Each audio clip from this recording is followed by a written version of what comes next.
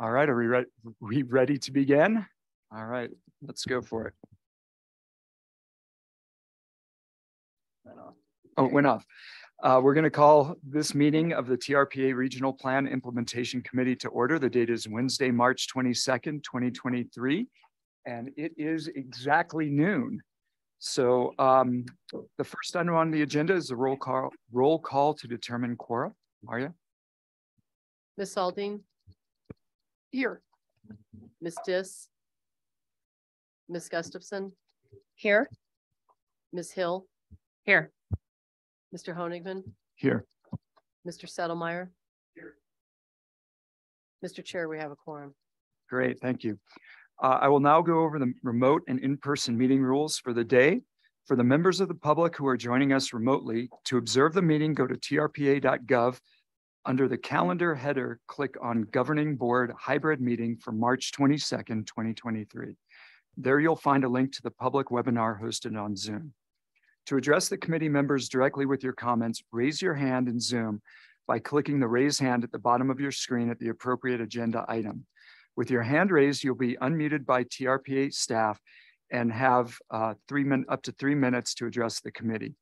If you've used the dial-in number to join us by telephone, you can dial *9 to raise your hand and be unmuted. To remote committee members, if you wish to speak, please raise your hand in Zoom. You'll find the hand icon on the bottom of your screen. Remote committee members may not use the chat box to make any comments or to have sidebar conversations.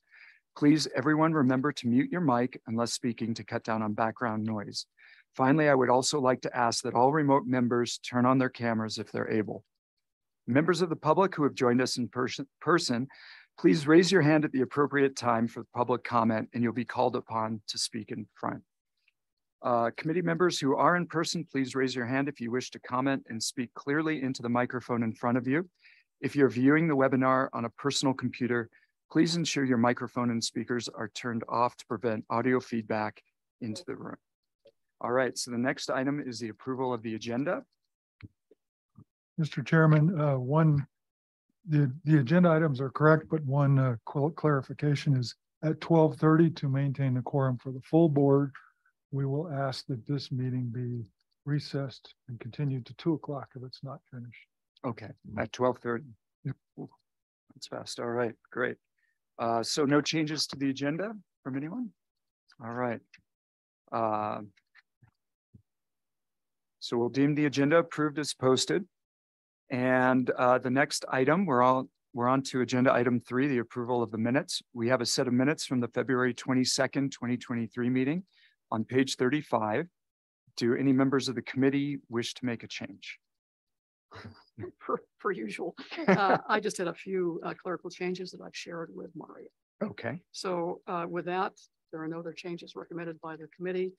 I would like to move the approval of the minutes from the meeting of, was it? February 22nd. February 22nd, 2023 as amended. All right. So all in favor? Aye. Aye. Aye. All right, great. Anyone object? No, okay, thanks. All right, so that brings us to agenda item 3, the recommendation regarding proposed amendments to Washoe County's Tahoe area plan to allow single family condominium uses in special area 1 of the Incline Village Commercial Regulatory Zone. Information on this agenda item can be found on page 385 of your packet. As a reminder to the public, after committee discussion on this item, you may raise your hand in person to be called on or in Zoom to be unmuted by TRPA staff to share your comments. So Jacob's going to give us an overview of this and introduce county staff. Thanks. Thank you, Mr. Chair. Jacob Stock, TRPA. Yeah, I'm just going to give a brief overview and then introduce staff as you said. So just a little, starting with the basics of what's being proposed today. Washoe County is requesting an amendment to the Tahoe area plan, which covers the entirety of Washoe County's jurisdiction in the Tahoe Basin.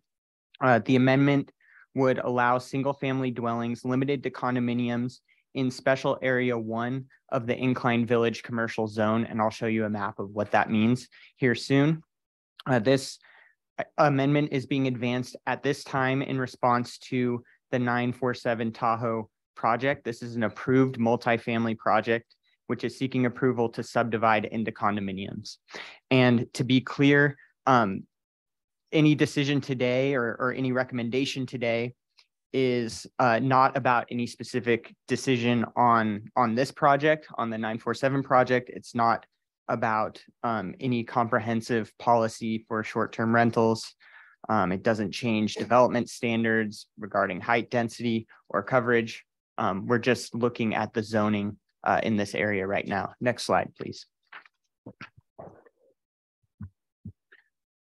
So a little bit of background on the condominium subdivision process here in Tahoe, because it's not like everywhere else. So in the area plan, zoning differentiates between owner-occupied condos and renter-occupied multifamily. This is because the subdivision of land is not permitted if in the Tahoe Basin if it increases development potential.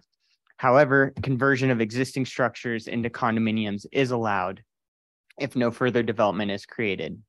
So multifamily structures must be built, or rather new structures must be built first before they can be converted into condos. This is what we call the two-step subdivision process. You start with an existing structure, and then you're able to subdivide that structure. Next slide, please. So this amendment focuses on special area 1 specifically, which is outlined in red here on this map.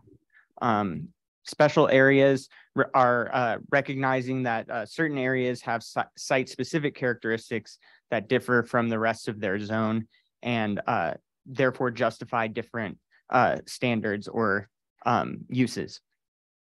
Special areas can target a specific parcel, or they can target multiple parcels. In the case of special area 1, I believe there's 36 parcels, but we also have a special area 2 that's just 1 parcel. Special area 1 currently allows mixed use multifamily, but not single family condominiums. So this prohibits subdivision in this area at this time. And the county is seeking to add condominiums as a use into special area 1, which would then allow subdivision into condominiums. Next slide, please. So staff recommended approval of this amendment to APC. However, APC failed to recommend approval with 6 yes votes, 4 no votes, and 2 abstentions. Would have required 7 yes votes to recommend approval.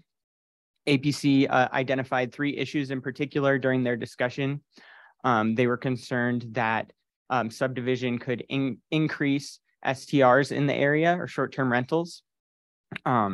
They were concerned that the definition of mixed use and affordable housing was too vague, and that the IAC should be more thorough in its evaluation of short-term rental impacts and of housing impacts. And so RPIC is being asked to make a recommendation to the governing board today regarding this project, or this amendment proposal, and I'll pass it off to the county now. Courtney Weike from Washoe County.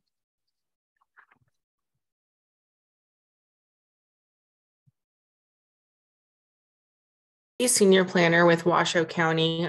Jacob Stock did an excellent job and overview of the request. So I'm going to try and be as brief as possible so we can get to public comment and questions from the commission or committee. Next slide. So again, I don't want to reiterate what Jacob said so articulately, but the request is to add single family dwellings limited to airspace condominiums in the Incline Village Commercial Regulatory Zone Special Area 1, and to amend the section 220.150, which refers to a land use policy that already exists within the Tahoe area plan, requiring that single family dwellings shall only be allowed in the Incline Village Commercial Regulatory Zone when they are part of a mixed use development or when they are affordable housing units. This would be added as a special policy. Next slide. Did it go? I won't go through the background, but we have followed all the appropriate protocols of through Washoe County and through TRPA's processes in public hearings and public outreach to date. Next slide.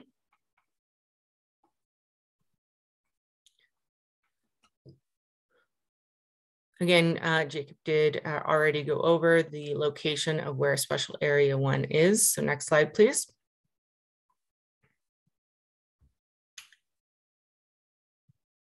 This is the actual text change that would occur in the Tahoe area plan, adding single family dwelling as an allowed use with 1 unit per parcel, with the exception that it is limited to airspace condominiums.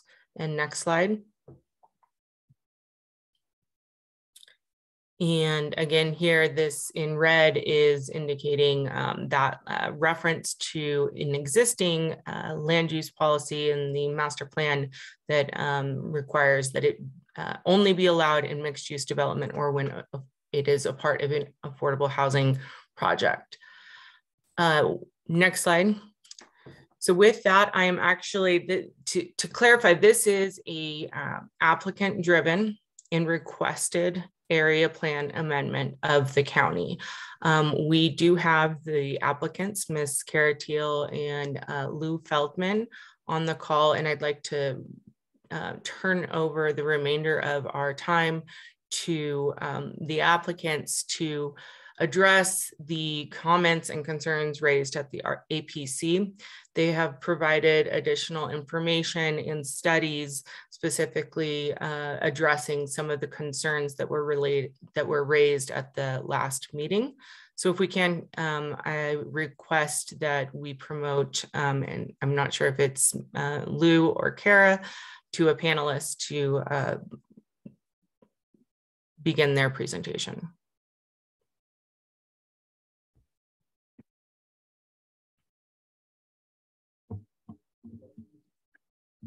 Good afternoon, Lou Feldman. On behalf of 947 Tahoe, I wanted to thank Jacob and Courtney for all the work they put into this undertaking. And as you can see, the Washoe County Planning Commission unanimously approved the proposed amendment to the Washoe County Development Code on November 1st, and the Washoe County Board of County Commissioners likewise approved the amendment on January 17th, 2007. Next slide, please.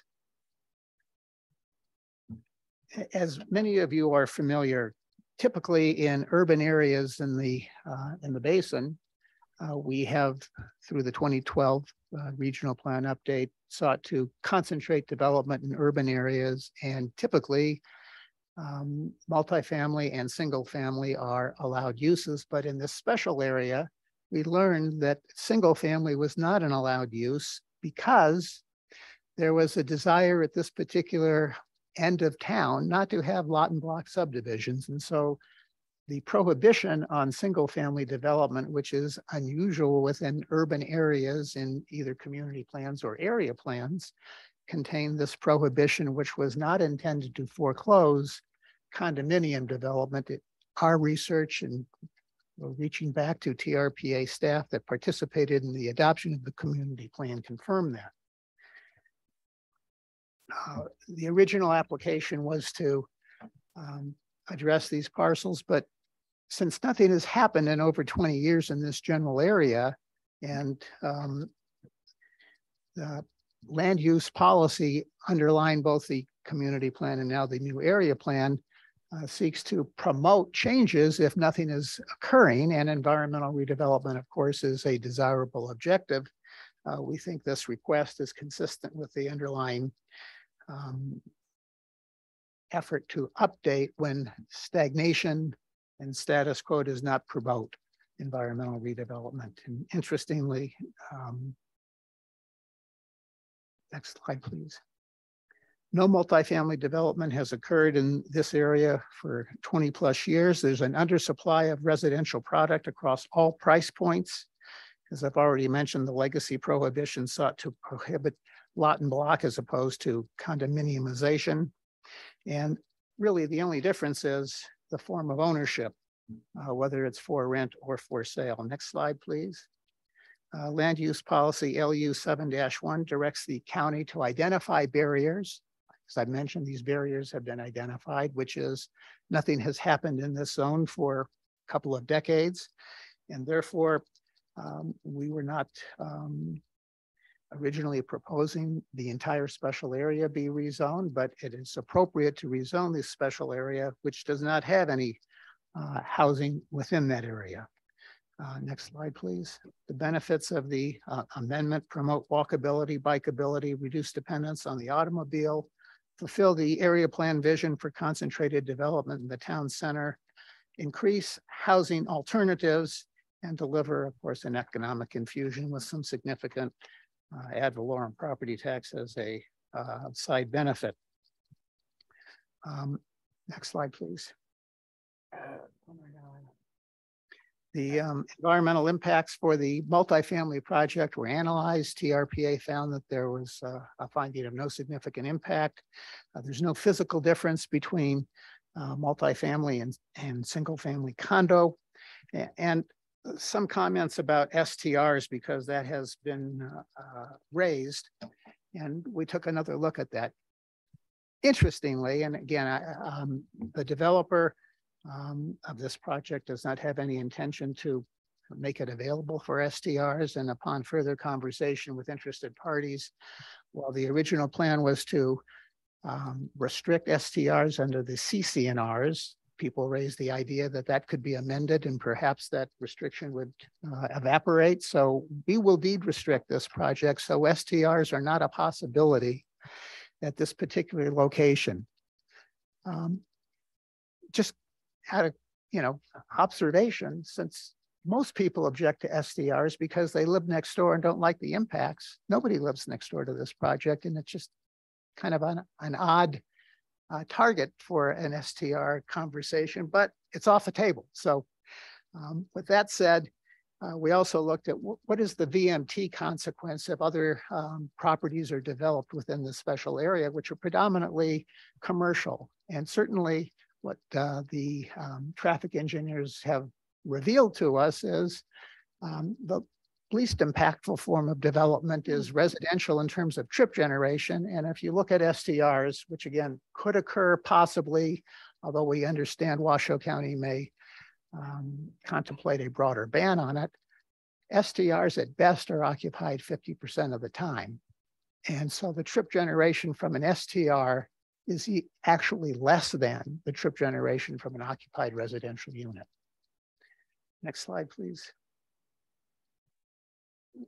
This just kind of shows what the multifamily project looks like. And the next slide happens to be identical, which is what a occupied owner condominium would look like.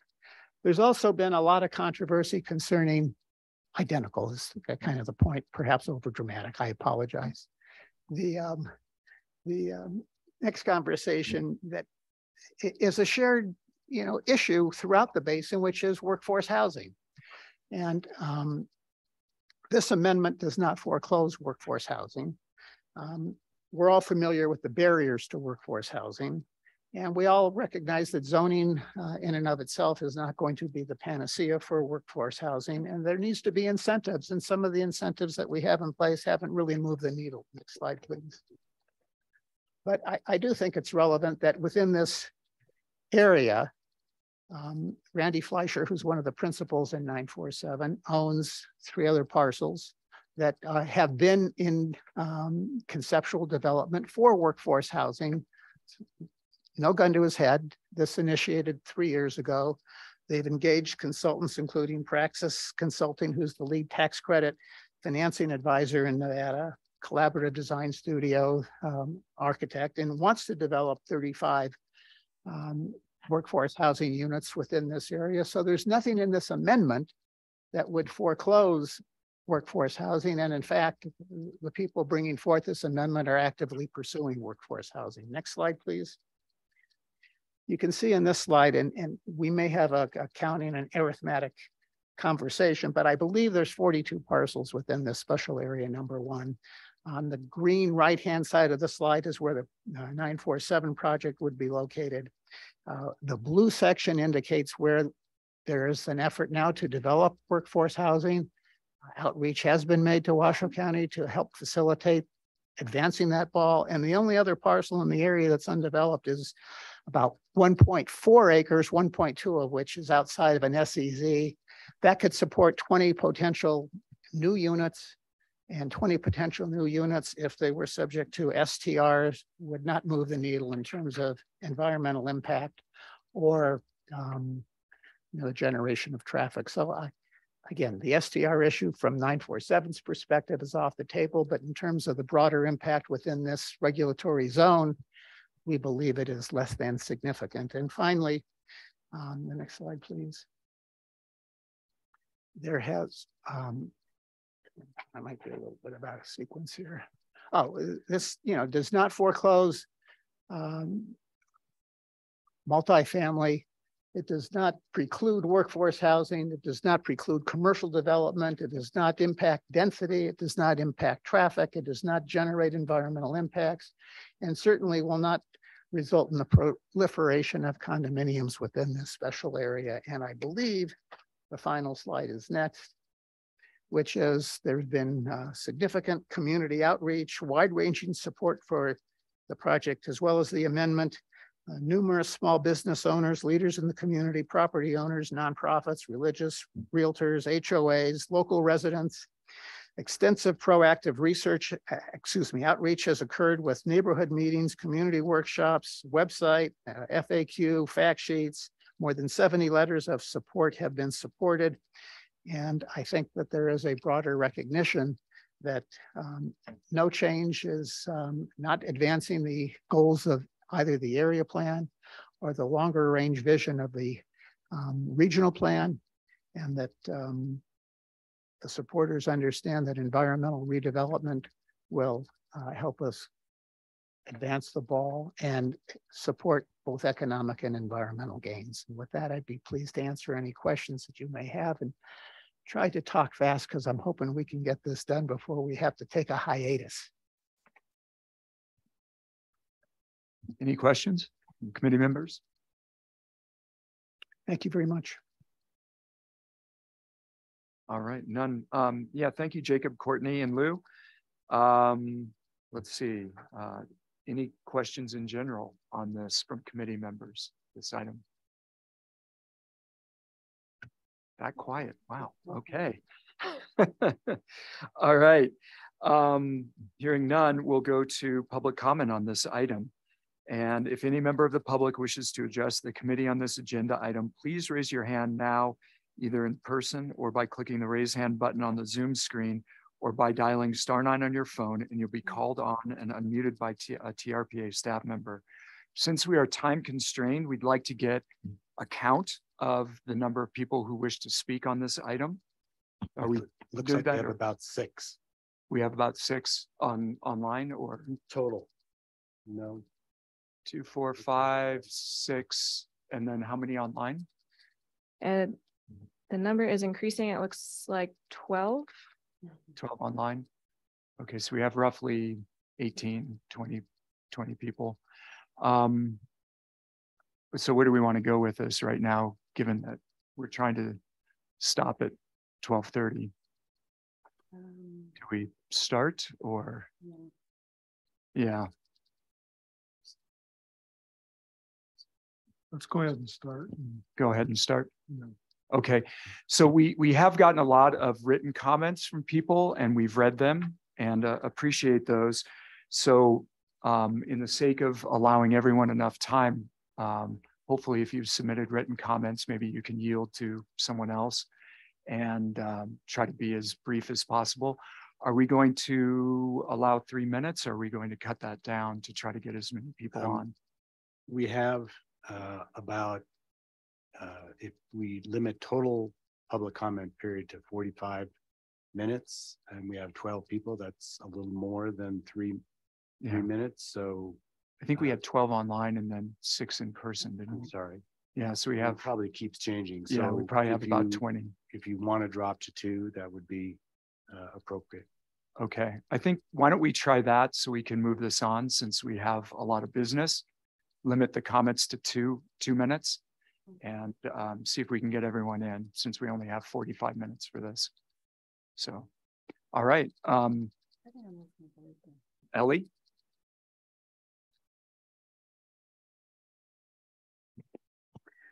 Thank you, Ellie Waller. 2 minutes, we'll try our best. Mixed use is type of urban development, urban design, urban planning. The theme here is urban. We're overlaying Tahoe with theories of urbanization, and the Lake Tahoe Basin is unique. It's not protecting the unique environment. The area plan amendments proposed for Washoe and Placer County need extensive environmental analysis not being proposed or required. Another moniker is smart growth. It is urban planning and transportation theory that concentrates growth in compact, walkable urban centers. Smart growth is a theory of land development that accepts the growth and development will continue to occur and so seeks to develop that growth in an intentional way. Okay, 2 minutes. Next term, used is sustainable development. This is an oxymoron. Part of the problem is that development itself is not consistently defined. Failure programs like the Community Enhancement Program had not a single project achieve its goals in 10 years. One was given benefits without all the requirements. Yes, there was much needed affordable housing, which this project is not providing, was built, but did not achieve environmental benefits. Now area plan amendments are cropping up in every local jurisdiction with new schemes and no data to back up success and are program driven. I believe 947 Incline Village and Boat Works Mall, Tahoe City are examples. Thank you. Thank you. Next person, in, maybe if you guys want to queue up a little bit so we can move up. My name is John Eppolito. I'm a real estate broker in Incline Village and Kings Beach for about 25 years now. A couple things that struck me about the presentation. He used the word prohibition, stagnation, status quo. My understanding was there was a committee that decided that this area one, this special area, would be workforce housing and affordable housing. I think the words that were used by the presenter were very misleading. I think that committee spent a lot of time. They're very concerned about the community. And what they did is just being pushed away by Washoe County and hopefully not you guys. Another thing that the presenter said that is actually not true, there's a shortage of properties at all prices. That's not true at all. These condos are between 2.5 and 5 million. There's no shortage of properties in Incline up to 5 million. The shortage are properties below $1 million. Especially single family. Condos below 500,000 are almost non-existent. This project is very unpopular. I'm not sure how they got 70 letters of support. I suspect I thought it was 35 when it was presented at the county. I could be wrong, but I guess if 35 all had a spouse, they could have got up to 70 real quick. Amongst the community members, and actually many of the realtors, this project is not very popular at all. So I guess 70 letters of support, mostly developers, friends, families, girlfriends, wives, ex-wives, children. I guess you could get to 70 really quickly. We have a shortage of workforce housing and affordable housing. That's what we need in Incline Village. It's disappointing that our representative at the county is not on our side. And hopefully you guys will be on our side and not lose credibility. Thank you very much. Thank you. Why don't we take one more before we break? Thank you. My name is Christina Hill. I'm a longtime Incline resident and former TRPA employee. Amending the regional plan is a big deal. And you have to make findings that you comply with the environmental thresholds and the code of ordinances. When I worked at TRPA in the early 80s, we established the environmental threshold standards. And those are standards that define the capacity of the natural environment and set specific performance standards related to land use. And the goals of the land use element of the thresholds are to promote housing for the workers employed in the region. Number two, affordable and moderate income housing should be encouraged. And number three, remove barriers preventing affordable housing. The amendment before you doesn't comply with any of these goals and therefore cannot be found that it complies with the threshold standards of the TRPA. Also, the Washoe County just did a checklist or the environmental analysis of this amendment, and I find that woefully inadequate. The fact that it includes 42 parcels that could now be used for condos. And, you know, they say, oh, it doesn't prohibit workforce housing. Well, most developers are going to build multi-million-dollar condos because it affords them a greater profit. So there is a cumulative impact that also has not been analyzed in the environmental checklist that was done. And the APC, I think, also pointed out that we don't want to set a precedent. If this happens here in Incline, it could happen all over the rest of the basin.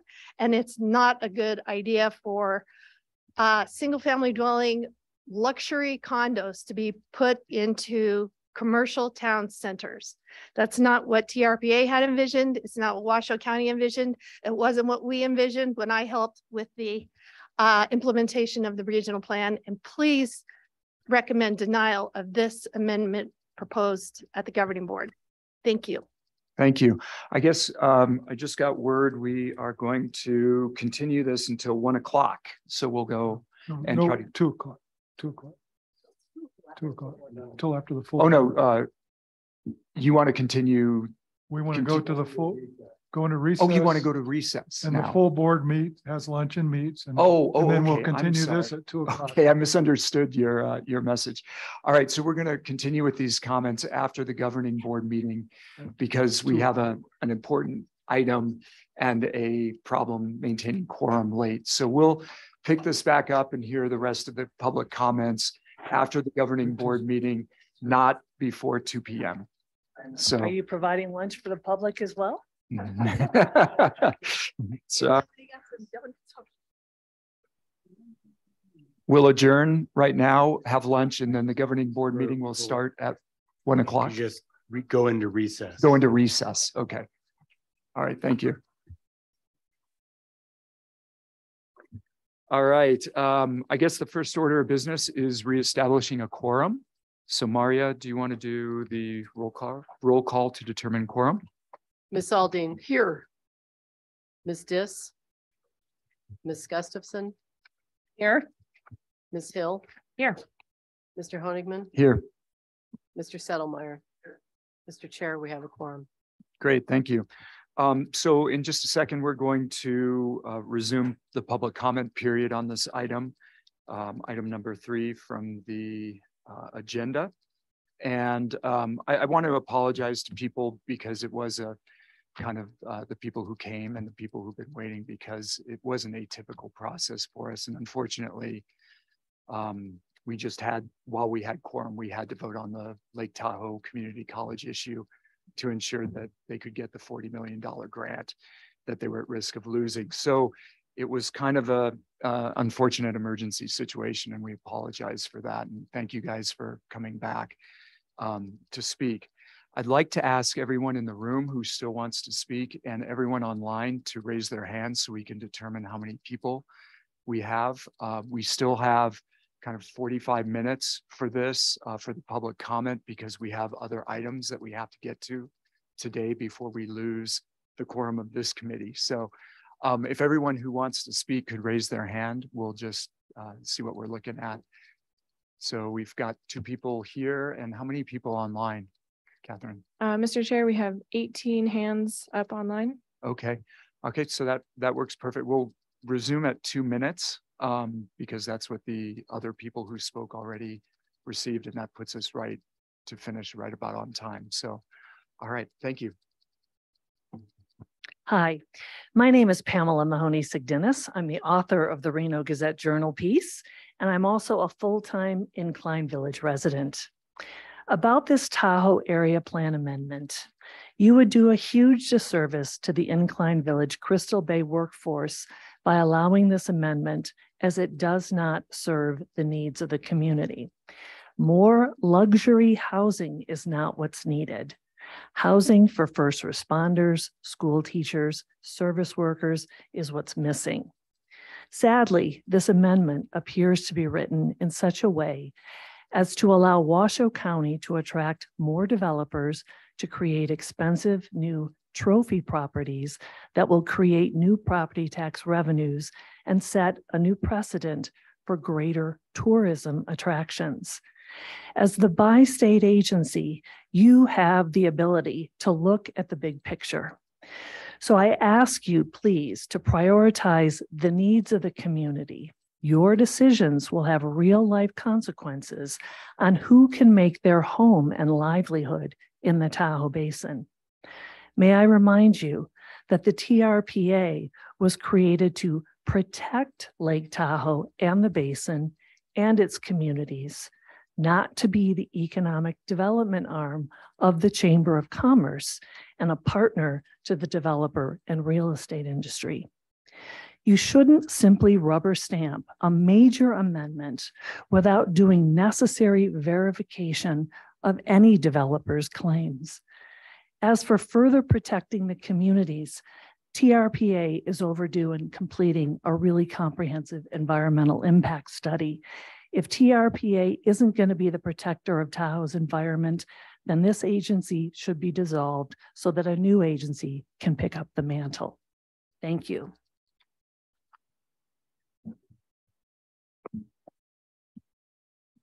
Thank you. Always great to be an exhausted speaker speaking to an exhausted audience, but wake up, because there's a small chance I'll say something meaningful. I'm Roxana Dunn. I'm a full-time resident of Incline Village.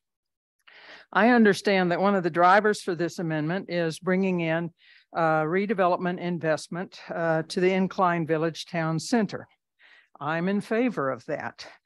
The organization Strong Towns uses the term strode to describe a problematic stretch of pavement that tries to be both a road, which is intended to connect two distant destinations at high speed, with a street, which is a stretch of pavement that includes many houses and stores, lots of driveways and intersections and that sort of thing, and needs to be traveled at a slow speed. Highway 28 in Incline Village is a classic strode, and I support redevelopment that addresses this. However, the proposed amendment exacerbates other problems. What little workforce housing we have in Incline Village is largely located in this area, and it will be displaced, we believe, along with a number of businesses that serve local needs, by what many of us see as the inevitable influx of luxury condos likely to be used as second homes, and despite promises to the contrary, also likely to be used as STRs. With all due respect, I feel that this amendment, which has far-reaching impact, has been slid under the door. What public meetings were held focused on 947 Tahoe, with no mention that it was not in compliance with current zoning and no suggestion that the entire area would be rezoned.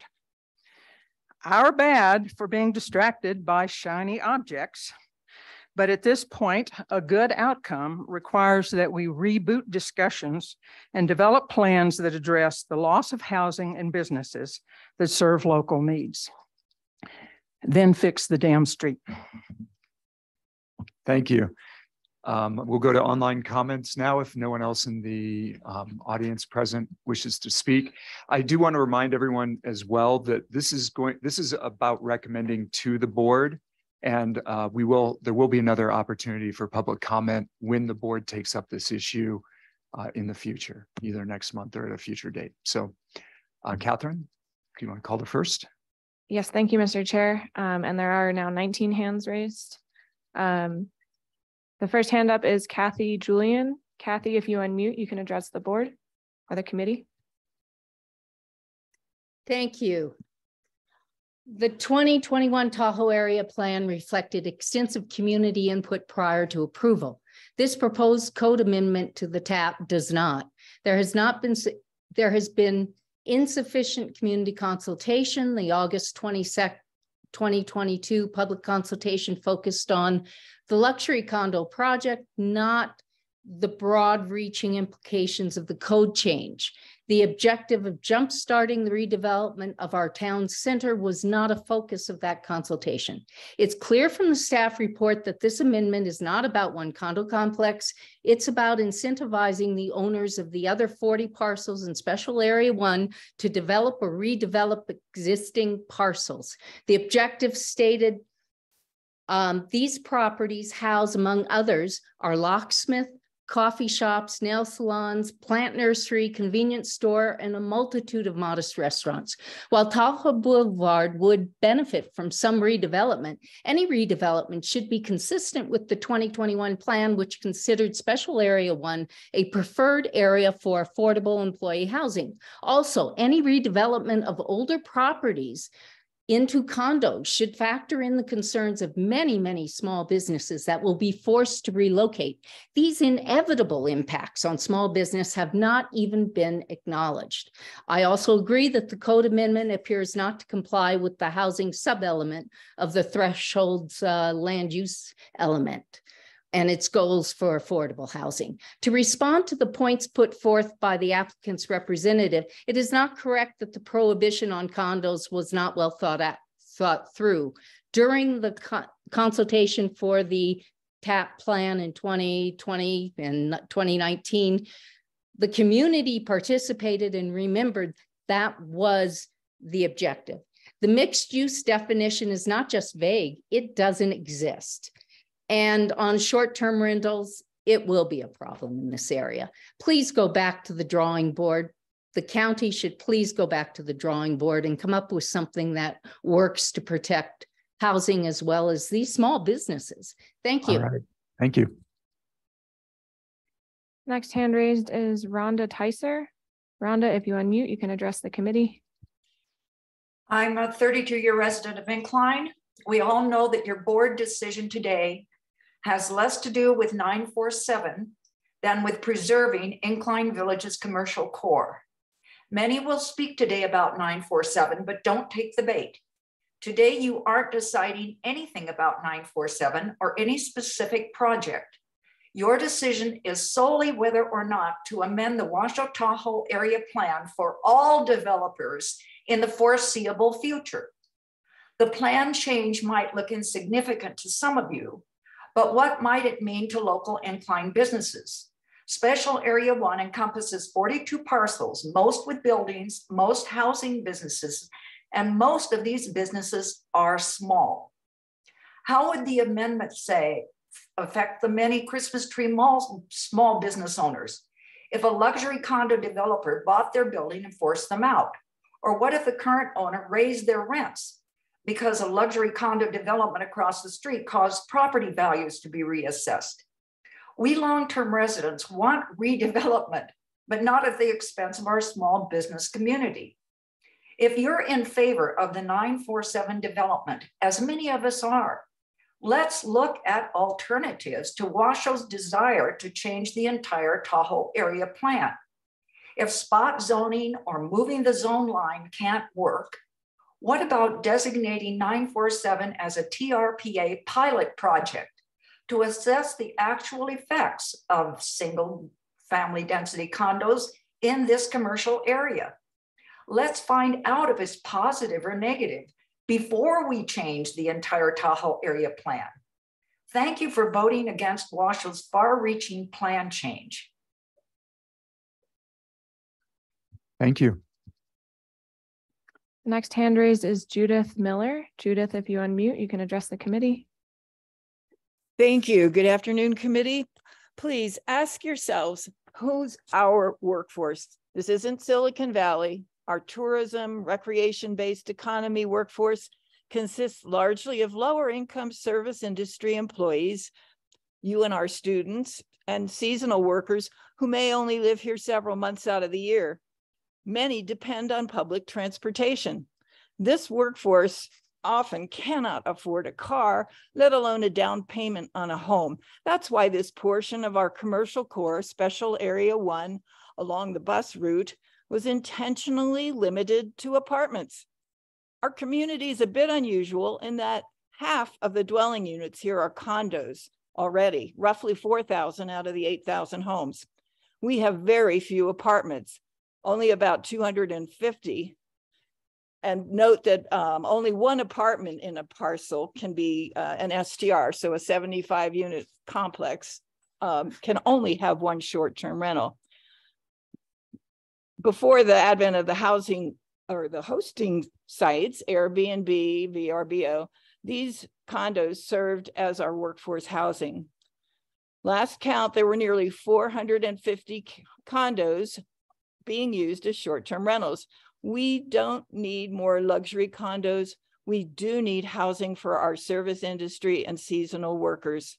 And please define the mixed use term, because currently it will allow 40 condos and one 900 and something square foot office. That's really not my idea of mixed use, and I hope it's not yours. Please defer the approval of this proposed change in the area plan. Thank you very much. Thank you. The next hand raised is Diane Becker. Diane, if you unmute, you can address the committee. My name is Diane Becker, and I'm a full-time resident of Incline Village and have owned my home since 2013. The original Washoe County community plans were developed over 12 or more years in conversations and meetings between Incline Village, Crystal Bay community members, and TRPA and Washoe County staff. In January 26, 2021, the Tahoe area plan was developed between TRPA, Washoe County, and the Incline Village community members in conversations and public meetings held throughout 2019 and 2020. Those documents highlighted the community need for affordable workforce housing, and I referred the members of this group committee and also of the governing board to the sections in the Tahoe area plan referencing that this was indeed correct. The proposed Tahoe area plan amendment was filed by a single developer because the developer wanted to build luxury condominiums in Special Area 1. This Special Area 1 was formerly a commercially zoned area, which changed in 2021 to mixed-use commercial and multifamily housing that was affordable housing in response to community and TRPA and Washoe County support for the need for affordable housing. Please ask yourselves, why is TRPA even considering changing this important zoning decision without replicating the extensive community involvement had in developing past plans? And why would you do a piecemeal amendment process? The suggestion by the developer that this property has sat stagnant with no residential development for over 21 years is disingenuous at best, since the change to multifamily housing that is affordable housing zoning only first occurred in January 2021. Remember, 2021 was still pretty occupied with COVID. I respectfully urge that you should not take away the one real incentive we have in Incline Village for affordable housing to be built by removing the existing limitation in Special Area 1 that multifamily housing with increased height, density, and reduced coverage be only for the housing if it's affordable housing. Other areas outside the town center, Please start wrapping it up, okay? I'm sorry, for those of you who don't recall, do not have increased height, density, and reduced coverage. That was only put in January 2021 to encourage affordable and workforce housing. Thank you very much. Thank you. Next hand raised is Carol Black. Carol, if you unmute, you can address the committee. Can you hear me now? Can you hear me? Yeah. Oh, good. Thank you. Sorry. Thanks very much. I had submitted a written comment and it was time for 3 minutes, and I'm not going to try and condense it. I agree with what the other folks that have spoken have said.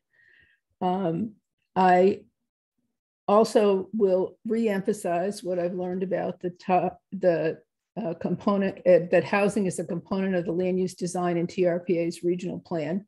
thresholds housing element HS 1, 2, and 3, as well as the recently adopted Tahoe area plan. The focus included addressing workforce housing, and I quote Ms. Reagan's recent report, identifying policy changes that make affordable housing options more feasible and give these projects an advantage over market rate homes. The proposed code change will drive the exact opposite of the desired results, and therefore should just plain not be approved.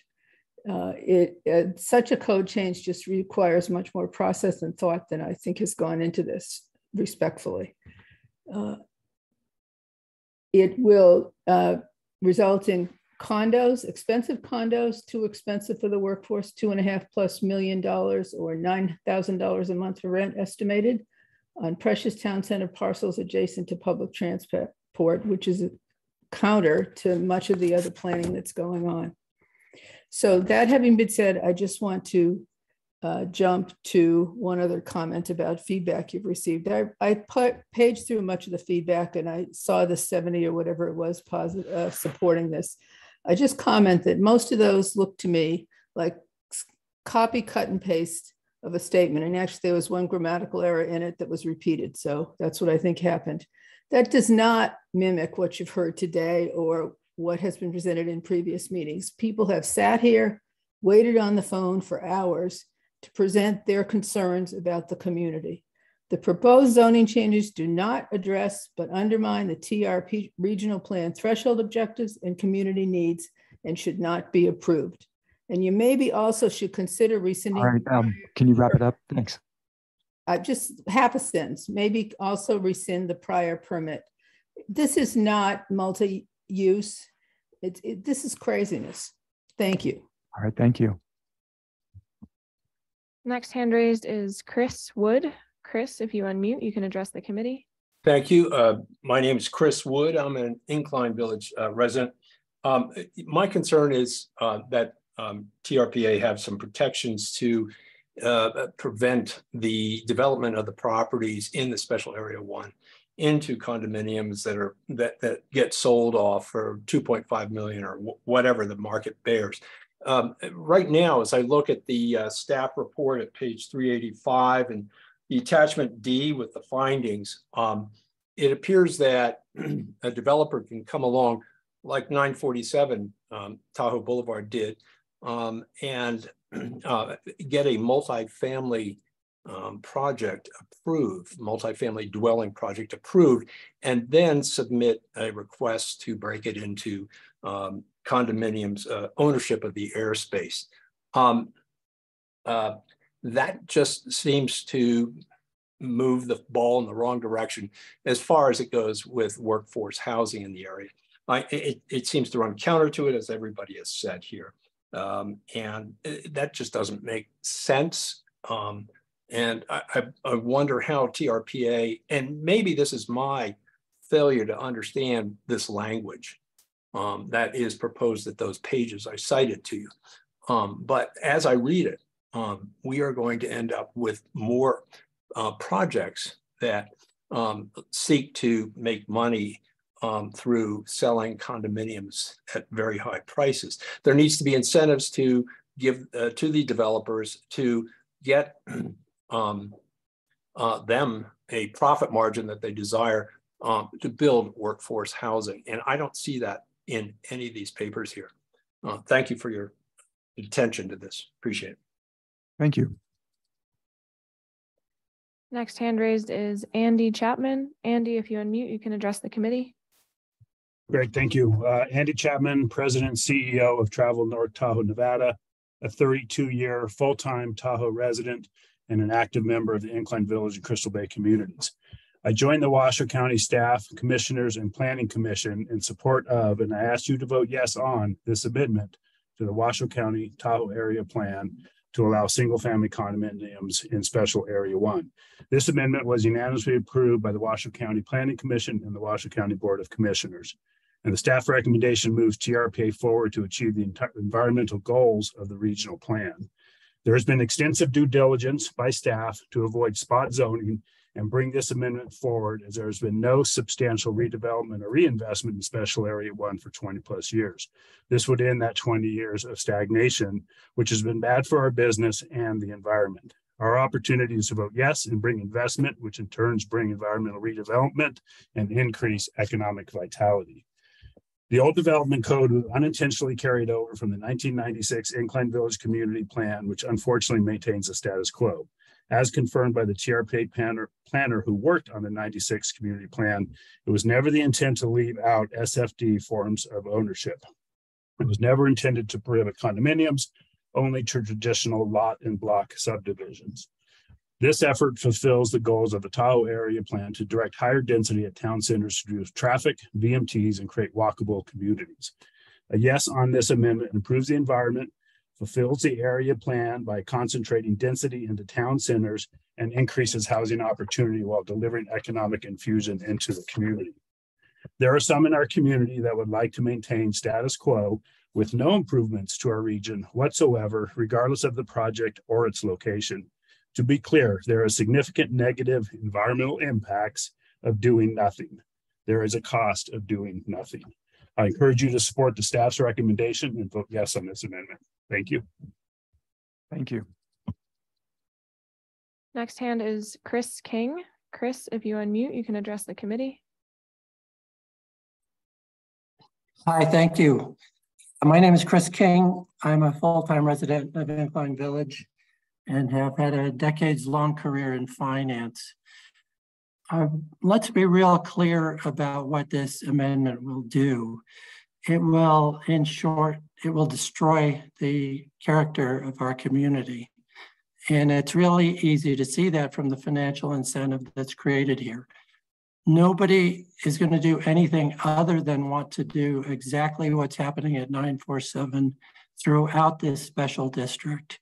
They're going to want to build luxury condos and maximize their profits. This is going to wipe out the small businesses. It's going to wipe out any ability to have any kind of affordable housing, any kind of workforce housing. And to top it off, a lot of these will be people from the Bay Area or from distant areas who actually don't even use these condos. We could see this in the redevelopment of all the homes in the Incline Village, the older homes being torn down and completely rebuilt and being sold for $3 to $4 to $5 million. So as you consider this, consider what the community will look like in 10 years, in 15 years. It'll look exactly like South Lake Tahoe around the casinos. It'll look exactly like Palisades with these enormous luxury condos and a completely transformed community that is nothing like the community that we all love and live in. So I would respectfully urge you strongly to vote against this and to restart the process and get much more community input before moving forward on any changes. Thank you. Thank you. Next hand up is Doug Flaherty. Doug, if you unmute, you can address the committee. Thank you, Chair, members of the board. Washoe County, the TRPA, and the developer have failed to provide substantial evidence as required by the bi-state compact that address or support required findings or rationale, i.e. Chapter 4 findings 1 in the staff report, page 414, that the plan amendment is consistent with applicable TRPA Code of Ordinances. Finding 4E, this in connection with the cumulative 40+ parcel cutting of east side forest trees greater than 24 inches in diameter, of which the cutting of the trees over 24 inches on eastern slopes requires compliance with the TRPA Code of Ordinances set forth in the regional plan. Further, the environmental checklist finding 4G does not provide sufficient information to fully assess the proposed code amendment regarding the impacts of 40+ parcel eastern forest tree cutting of trees over 24 inches in diameter. Therefore, an environmental assessment is required per the code to properly assess this impact. There are other failures on the environmental checklist that I have noted where there's a lack of substantial evidence to substantiate the findings. In this case, the EA is required for the 40 parcel cumulative impact as a result of the proposed area plan amendments. Currently, the environmental assessment is arbitrary, capricious, highly controversial, and if TRPA accepts this finding without a minimum EA to determine its cumulative effects on old growth eastern forest trees within Special Area 1, TRPA will be practicing prejudicial abuse of discretion. Please read my entire comments that I sent in. Thank you. Thank you. Next hand raised is Helen Neff. Helen, if you unmute, you can address the committee. Hello, can you hear me? Yes. Okay, thank you. Helen Neff, Incline Village resident. I sent written comments by email yesterday morning, so thank you for confirming that the committee members have read that message. I am not against intelligent, smart development or well-planned redevelopment. I am respectfully asking this committee to provide the residents of Incline Village answers on two critical and practical points.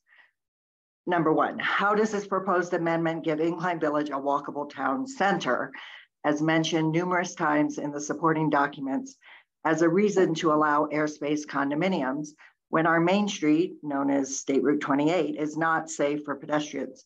Adding airspace condominiums does not make our town center walkable. It's not safe to walk now, and it will not be safe until realities including speeding traffic, an F-rated intersection, sidewalk design, lack of bike lanes, too many intersection driveways are addressed and corrected. Anyone who thinks otherwise is not familiar with what Incline Village residents who want to walk live with every day. And I invite any of you to come walk with me at any time. Well, maybe when the snow is cleared. The second point is, what is a mixed use development? Washoe County Planning Commissioners, Washoe County Board of Commissioners, TRPA Advisory Planning Commission members have all asked this question in public meetings relating to this amendment as far back as November 1st, 2022, and the question has not been answered. Until this question is answered, defined, and made part of the Washoe County Code, it will be open to interpretation by developers, planners, residents, who undoubtedly each have a different definition. I can envision a walkable, truly mixed use town center with a safe main street, but this amendment will not achieve that. Thank you. Thank you. And we have 10 hands left, Mr. Chair. And the next one is Alex T. Alex, if you unmute, you can address the committee. Thank you. My name is Alex Sigdenis. I'm a resident, full-time resident of Incline Village and a homeowner for almost 20 years now. I would also urge you not to approve this proposed amendment. Changes the zoning over the entirety of Special Area 1, which is meant for commercial and affordable housing uses. And it's contrary to that designation.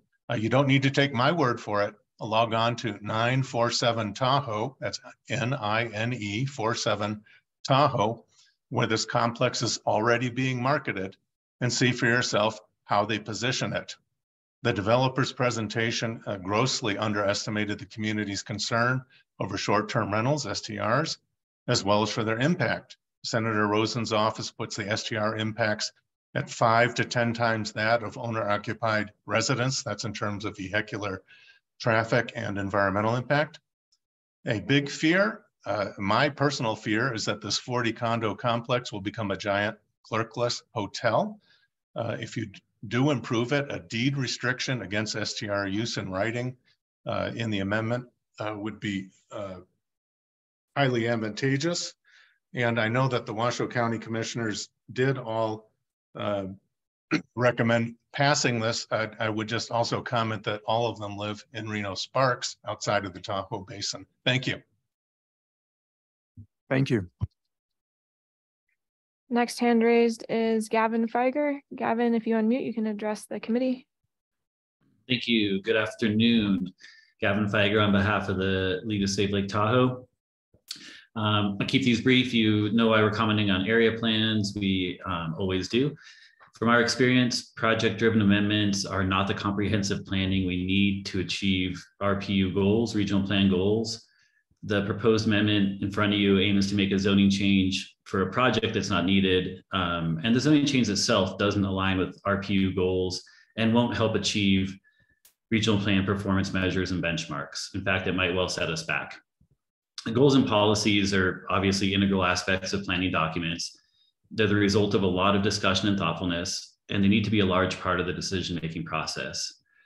Before the break, the project's representative identified a single area plan policy that might justify this zoning change. It's cherry picking. The area plan has at least one overarching goal and 6 to 8 policies that would not support this change. The regional plan, which area plans are incorporated into as they're developed and amended, also has overarching goals and policies around housing that area plans must adhere to. I did a quick look in the break, and of the 3 goals and 8 policies concerning housing in the regional plan, not a single one in my mind, from analysis, supports this zoning change. The APC declined to recommend this area plan amendment, and we encourage you guys, our pick, to also not recommend approval. So thanks for your time. Thank you. The next hand up is Beth Davidson. Beth, if you unmute, you can address the committee. Yes, Beth Davidson, a long-term resident of Incline Village, full-time, and definitely this amendment would really dramatically change this community and not benefit it at all. The applicant said that there's been no redevelopment in the last 20 years. We currently have a new grocery store going in. There is also a Starbucks and related buildings that have been built on the corner, not well designed, frankly, in terms of parking at all. And so perhaps that was hastily implemented. But certainly providing more condos in the middle of town does not make this a walkable community. During the break at noon, I walked from my home at McLeod Condos, would have walked to Rayleigh's. Couldn't do that because Washoe County has not yet plowed the pathways around Incline Village. So Washoe County needs to take care of the current capacity that it's responsible for instead of asking for more capacity, which this zoning amendment would do. So please reject that that amendment. Thank you. Thank you. Next hand up is Toby Tyler. Toby, if you unmute, you can address the committee. My name is Toby Tyler, and I'm representing the Tahoe area group of the Sierra Club. TRPA's town centers have been designated to allow affordable housing and multiple family dwellings near public transportation. The TRPA town centers allow higher density coverage and height than other areas without addressing the real need for affordable housing. The condominiums at 947 Tahoe Boulevard are not affordable, but rather start at $2 million per unit. We are opposed to this code change, which will lessen the probability of affordable housing and a walkable community without sufficient community input, as well as increase in height and density of structures. Increased density, height, and coverage without a cumulative impacts analysis and without any true workforce housing puts the entire community at risk in the event of an evacuation because of fire or other disasters. It also increases air pollution and therefore water pollution because of increased fossil fuel bikes, cars, boats, and snowmobiles that come with increased density. Approval of this plan does not extend any environmental goals and will cause significant environmental impacts.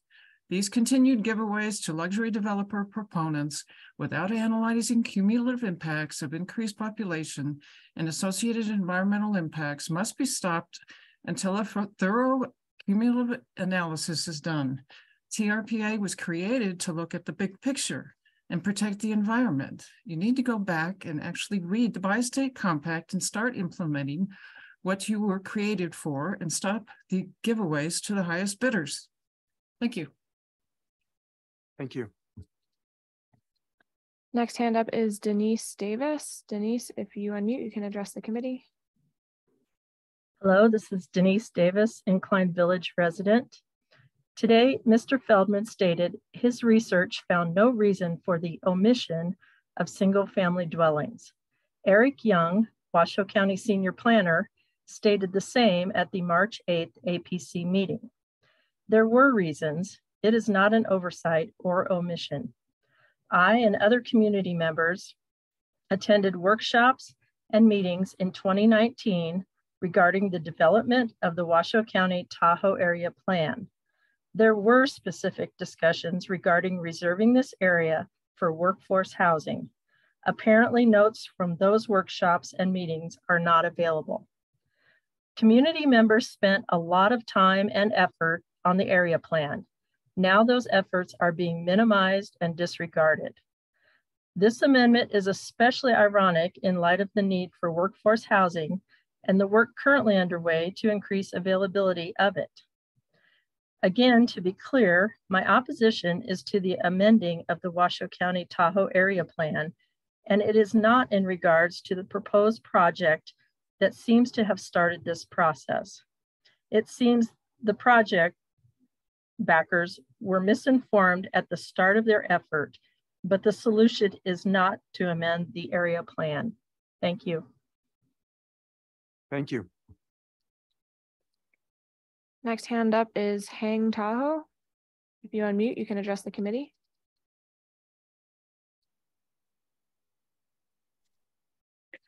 Hello? Yes, we can hear you. My name is Hang Tabat, and I am in a 16-year residency of Incline Village.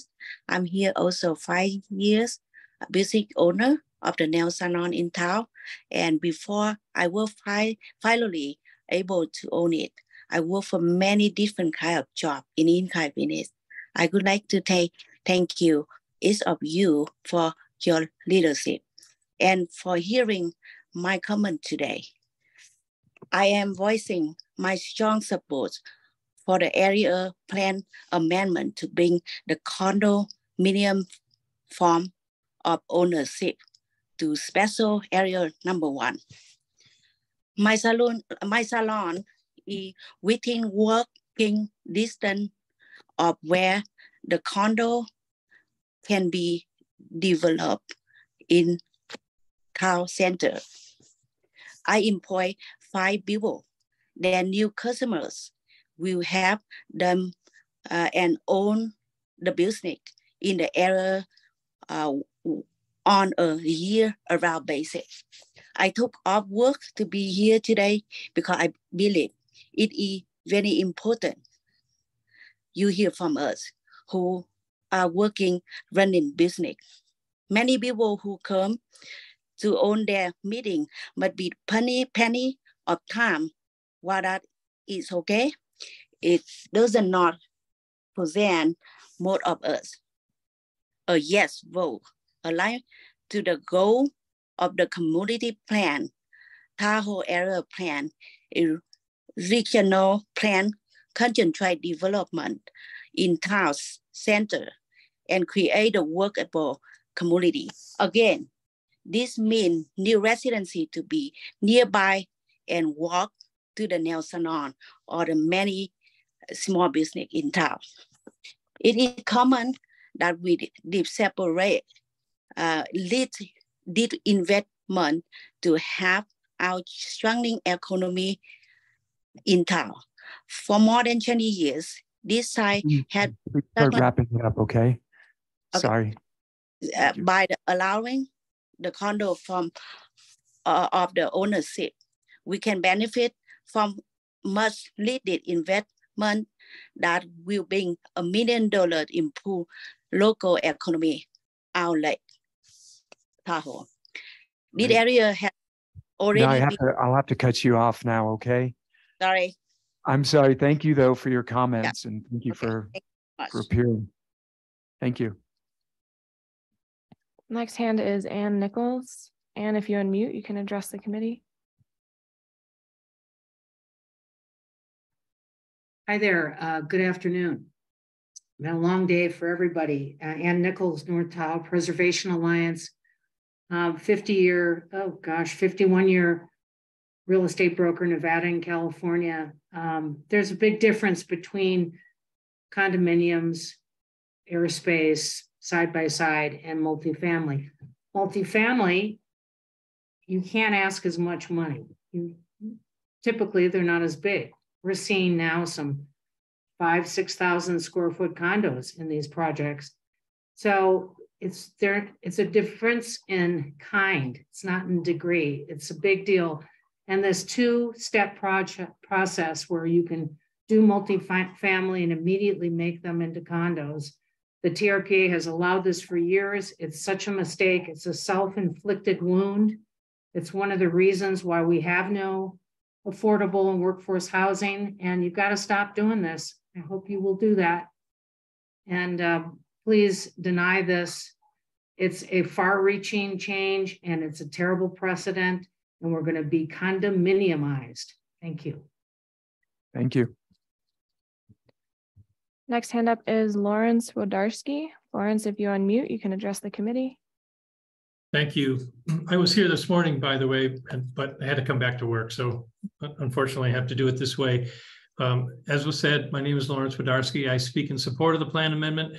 I'm the owner of a property management company that's been serving the Incline Village community for 43 years, providing commercial property management and maintenance, HOA management, and long-term rental management services. By the way, we do not engage in short-term rentals in any way. We maintain and assist in the management of the 3 largest shopping centers in the village.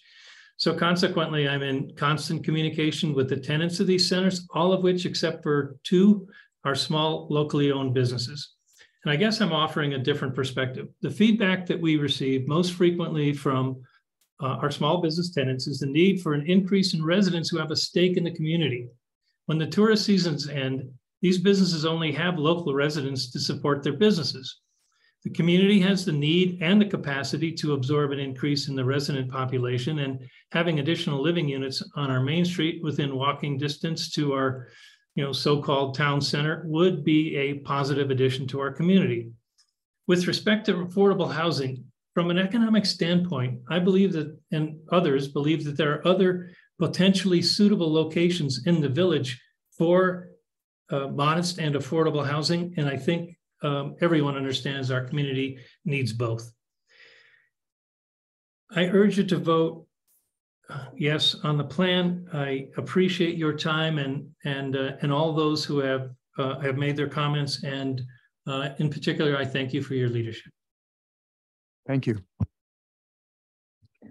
Next hand raised is Chuck Butler. Chuck, if you unmute, you can address the committee.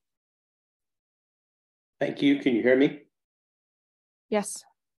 I want to thank the RPC and the TRPA staff for your thorough diligence, along with the County of Washoe and their team. My name is Chuck Butler. I'm a property owner in the special area in Incline, and I want to apologize as I planned to be there in person, but my flight was canceled yesterday, preventing me from doing that. I want to voice my support for this amendment to allow for the addition of single-family condos, as it was unanimously approved by the county. I also want to counter some of the local comments. There's been significant local support of this project and interest. There's been almost 900 inquiries about the project in a positive way, of which 1/3 were directed from basin area residents or brokers representing those residents who were unable to purchase their ideal home at the time due to a lack of options when they moved here. We believe that this would promote an end to the 20-year stagnation that has occurred here with the underdevelopment of the area and the area plans. The whole point of these plans is to drive density into central areas to promote walkability and responsible environmental planning. It has not happened. That is not a function of condos not being there. It is a function of these other options to not have what's necessary to truly make them occur. I also want to point out that condos would increase the tax base by approximately $2 million. Those funds could be used to support and augment affordable housing options in a real manner. Finally, I do want to point out that we are sympathetic to the following issues of affordability and STRs. 947 will be deed restricted, and we are doing that to show our commitment. In addition to affordability, we've analyzed the last 8 affordable projects in Washoe County and are very familiar with what's necessary, which is why we've undertaken a project in Adler, which is on the edge of the area, which we are excited will deliver have to wrap up real quick, affordable units. It's being done in a public-private partnership, and it's the way to go about it. And we're happy to be partnering with Washoe County in the early stages of that. Thank you. Thank you. Last comment? Yes, Mr. Chair. Last hand raise is Royal Kukoff. Royal, if you unmute, you can address the committee. Hi, can you hear me? Yes. Great. Greetings, RPIC members. My name is Royal Kukoff, and I'm here today because I care. I've lived in Incline Village for decades, since 1970, raising a family, and where I continue to work professionally. Thank you for your environmental review of the outdated development code to amend the area plan to allow the condo ownership at the special Area 1 location. I'm voicing my strong support today for the Washoe County Tahoe Area Plan Amendment to allow single-family condominiums in Special Area 1 of the Incline Village Commercial Regulatory Zone.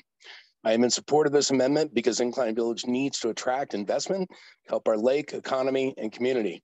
Let's end the stagnation going on in our community. For more than 20 years, these several parcels within the Special Area 1 have been dormant, including these 2, and there's a reason why nothing is happening here. Let's update the old development code. A vote yes on this amendment will bring much needed investment to improve Lake Tahoe's clarity, environment, and our economy. It concentrates development in a town center. It creates walkable communities with direct access to bike and trails, reduces dependence on autos and parking demand, upgrades storm water controls. It significantly reduces trip generation and VMTs. Let's focus on what's true. This amendment is needed. Condo owners do not want STRs. Deed restrictions already been spoken to. This location will never have workforce housing. Research shows housing is needed at all income levels. Investment helps improve our lake. And yes, your yes vote aligns the community plan, area plan, and regional plan to concentrate development in town centers and create walkable communities. And let's not let this empty parcel keep sitting there. Lastly, dozens of people have taken the time to send their letters of support to this amendment. We represent a diverse group of community residents. I hope you will listen to those of us who are part of the solution and want to improve our community as we raise our families and have full-time jobs. For all these reasons mentioned and more, please vote yes on the Washoe County Tahoe Area Plan Amendment to allow single-family condominiums in Special Area 1. This will greatly help our community and will help the TRPA attain its environmental goals. We need this. Thanks again. Thank you. I understand we have one more, and then we'll have to cut it off at that because we're past our 40 minutes that we set out as our goal to get on to other business. So final comment. Thank you, Mr. Chair. The last hand raised is Scarlett Martin. Scarlett, if you unmute, you can address the committee. Hi, I'm Scarlett Martin. I've lived in Tahoe since 2012, and I'm a full-time resident and homeowner here. And I keep hearing on the pro side that there's 20-year lack of development, stagnation, that the most recent area plan was done in 2021. And that's only 2 years ago. We spent a lot of time and effort going through, figuring these things out. And we decided that a perfectly reasonable trade-off was increased density and increased height in the middle of Incline so that we could get, hopefully, some multi-family housing. And the idea is that it would be mixed use. And I'm not from here originally, but mixed use where I'm from typically means something like underground parking, first level retail, possibly second level offices, or straight to apartments or condos. And I'm not so much condo versus apartment, because you can own a condo and rent it out, but it's supposed to be mixed use. And the idea that 947 is quote unquote mixed use because the 42 units also have under 1,000 square foot administrative office. That's ludicrous. That's not what anybody means when they say mixed use. So please start over. And if you're gonna vote for this, at least make clear what is mixed use. All right, thank you. Okay, so thank you everyone who came and who participated online for all your comments. Before we go back to further board comments, I was wondering if John might take a stab at telling us kind of what the options are on this. Sure. Mr. Chair, you have really 5 options, and I'll try to make this simple. One is you can recommend denial to the governing board. You can recommend approval. You can recommend, third option, recommend approval for only a limited part of the area. In other words, divide it geographically. Number 4, you could recommend changes that need to be made prior to the approval. Or number 5, you could do a combination of a geographic area and changes. Okay. With that, are there any committee member comments? Wow, everyone's you? Oh, Cindy, great. Okay, thanks. So in general, since taking this lovely position here at TRPA, I try to honor what the local agency, local government, my counterparts in local government have done and what their recommendations are. But I do have concerns on this one. And I've spoken with Alexis already to share some of those, and I wanted to share it with the rest of the group. One is 925 feet of commercial floor area is a very minimal amount of mixed use. And so I remain concerned that if at that minimal amount, is it really truly mixed use? Is it just residential condos? My experience with residential condos in a town center or in a more urbanized area ends up creating conflicts. The owners often want the businesses to shut down early. They don't like the noise. If there's a bar or restaurant nearby, they start complaining. That's just advice from other areas where we've had residential units. On the flip side, it takes residential investment in order for us to have the financing to make other projects work. There is no doubt development in Tahoe is so very costly that without that incentive, we don't see the improvements we need. So how do we find that right balance?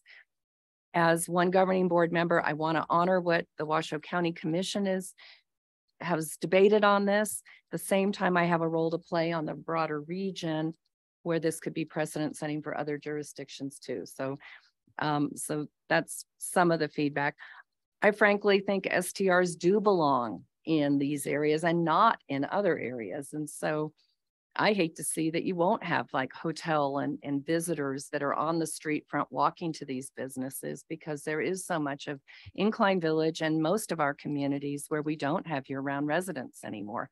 And just because these are built as multifamily or as single family condominiums, they probably will be vacant quite a bit of the time. And that doesn't help your town center with commercial vitality. So I'm torn. You can hear me arguing both points of view on this.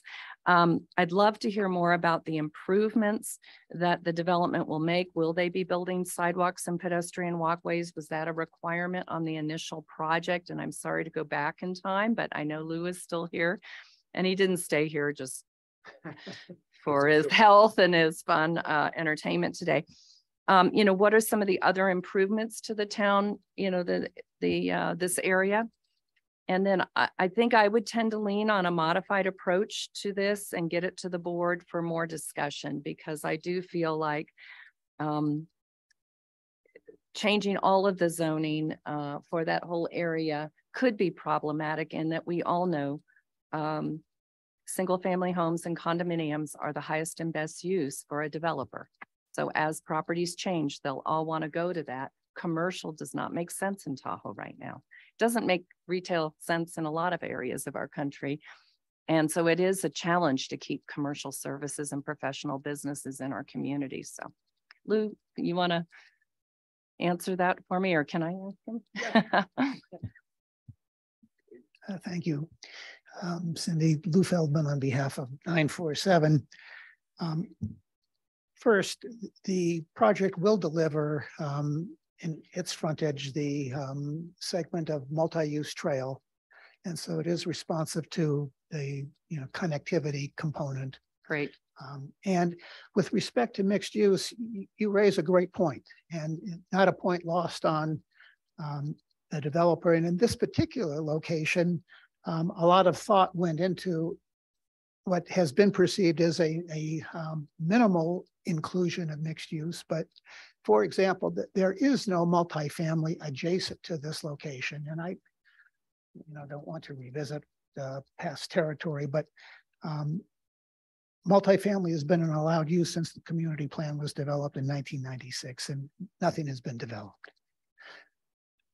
Therefore, there is not a lot of mixed use around to support neighborhood retail, which is why commercial condominium office, which would not conflict with the residential component, has been incorporated to satisfy the mixed use component. In addition to which, it is the least generative of trips, and people have expressed concern with the amount of traffic at this location. So that seemed to be the way to balance the interests. There's also, of course, enhanced stormwater protection, satisfaction of, our current 20-year 1-hour storm requirements for a site that has been dormant since it was a gas station, very high trip generator, and a restaurant, which has since been demolished. Thank you. And then this question is for Alexis. On housing, I know what we do in requiring contributions to affordable housing from new development. Does Washoe County have such a program? Thank you for the question. Actually, no, Washoe County does not have that. We are working through the Washoe Tahoe Housing Partnership with the Tahoe Prosperity Center to come up with incentives for the Tahoe area plan for workforce housing. Those are actually outlined in our area plan as something that we need to do. And when I approved our area plan, as one of the first things I did as a new board member in 2021, I promised the community we would be coming back with those updates. We had to do a study with the TPC to see how many units we needed and where the problem areas are, and what the impacts of the current lack of affordable housing in Incline are.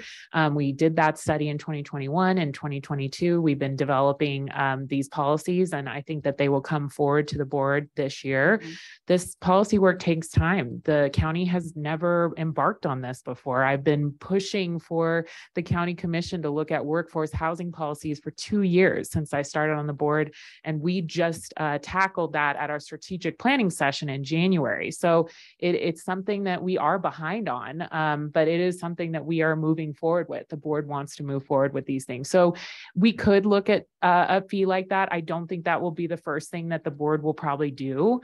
It will probably be more incentive-based and less punitive, but certainly it is something that is on the table that we are discussing for the future, and just hasn't been done yet, but I'm pushing that boulder up the hill every day. As my role is, for representing this district and Washoe County.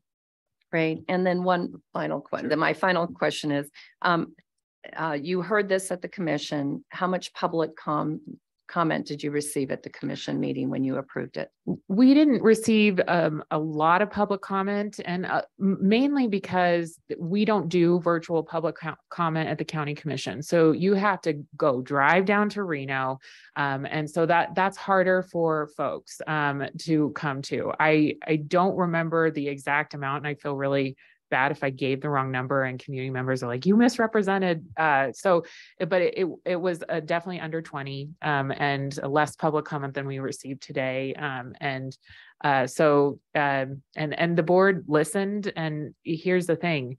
Developer, I've heard loud and clear, developer driven amendments are not ideal, but the developer did find this discrepancy, and the county commission decided, you're right, we don't have a problem with condos when they are associated with mixed use and or workforce housing in this special district area, because this is a downtown. And so in order to make these developments pencil, we do understand that condos are part of that. And so we plan to come back with minimal areas for commercial development, which I've heard from the community. The county wasn't ready to deliver that package and the developer wanted to move ahead. So this is what the developer is choosing to do. And the county is okay with this, but certainly moving forward with our own amendments. But that's how we got here. Thank you. Thanks. Great. Thank you. Thank you, guys. Anyone else on the committee? Thank you, Vince.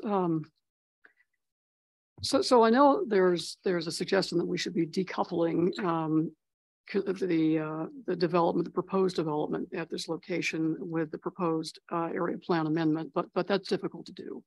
And as Alexis pointed out, there were some missteps along the way. I mean, first the applicant submitted a special use permit application to build 40-unit multi-residential project, and then the Washoe County staff determined that a special use was not required. Special use permit was not required because multifamily dwellings are allowed in special area number 1. Then the applicant submitted a tentative subdivision map only to find out that single family condos were not allowed in special area 1, which kind of obviously precipitated the amendments before us today. Having said that, and I respect, having been a former member of a board of supervisors and representing a local jurisdiction, I understand Cindy's position of wanting to honor the hard work of our fellow commissioners and supervisors. But I also want to take into consideration the work of our APC. And so since John opened the door to a compromise, my thought is to maybe make this part of a first phase, an amendment, perhaps a first phase, to allow this project to proceed, because obviously the developer has been working with the county in good faith. And I understand the reluctance for spot zoning, so I'm not saying that the rest of the property can't be considered for these use amendments, but that we only do it in phases, which will allow the county, in cooperation with TRPA, to develop a definition for mixed use. What that looks like, something probably beyond 1,000 square feet, depending on the type of the total square footage of the development. And that maybe the county looks at the idea of restricting STRs in this special area 1. But I think, as you've indicated, Alexis, there's more work to be done, and the county is up to the task. I mean, they're interested in diving in and maybe making some further amendments. So I guess that would be my compromise, is to, approve the amendment as it applies to these 2 lots, which encompass this development proposal, and then get back to work to look at some of the outstanding issues related to STRs and what was the other, STRs and mixed use developments. So that would be my proposal. It's a little bit like a proposal by Solomon, but always admired the guy. He didn't actually cut the baby in half, right? He just threatened to. All right, thank you, Shelley. Any other comments from committee members? Anyone? Thank you, Mr. Chairman. I have a hard time with that proposal because I don't know if, like today, we are not looking at one development. We are looking at an area plan amendment. And I know that it's hard to decouple it, but I don't know that I don't think that that's my role, is to give a developer one thing. It's to look at an entire area, which I think the county commission thoughtfully did. And we, plan to bring the things back. And so that's my concern, is if you don't like this for the area, we shouldn't approve it today. But if you do like it for the area, then you should approve it today. I don't necessarily think it's the right thing to be looking at one development in particular. I would not feel that I'm doing my job to move forward with that. And maybe I need more thought, and the group could certainly vote for that today, and it comes back to the board, and perhaps I'll have, more of a think, but I wouldn't feel good moving forward with that. But I appreciate you trying to find a compromise, and I love that about working with you, Shelley. Well, awesome. And I appreciate that, and I enjoy working with you as well. I'm just trying to find something that will address the concerns that have been expressed here today, while honoring the work of the Washoe County Commission. And spot zoning, I know it's kind of a pejorative term, but it's generally intended to avoid the creation of friction zones. Here, having a multifamily or condominium project adjacent to multifamily, adjacent to commercial, is not necessarily creating a friction zone, because that's what was contemplated, right, for special area 1. Was kind of a mix of uses in the downtown area. So, and I know that there's at least one other parcel, John informs me, in Washoe County that was spot zoned. I don't know if it was, John, in connection with a specific development project, or whether it was just deemed to be kind of an extraordinary situation where the zoning was deemed to be improper. I don't know if you could expand on that. Sure.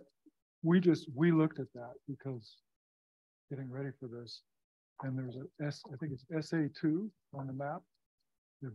It's one parcel zoned differently, but then we looked at some other projects, and there's a list, if I could find the email, of 3 other examples of that.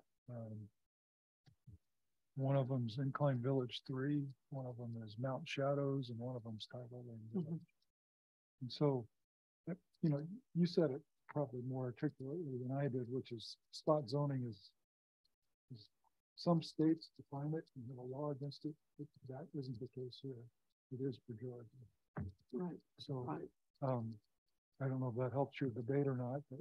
Well, my thought is, if there's nothing that prevents us from coming back after we have addressed some of these outstanding issues and looking at the balance of special area 1 for similar consideration. That's my thought.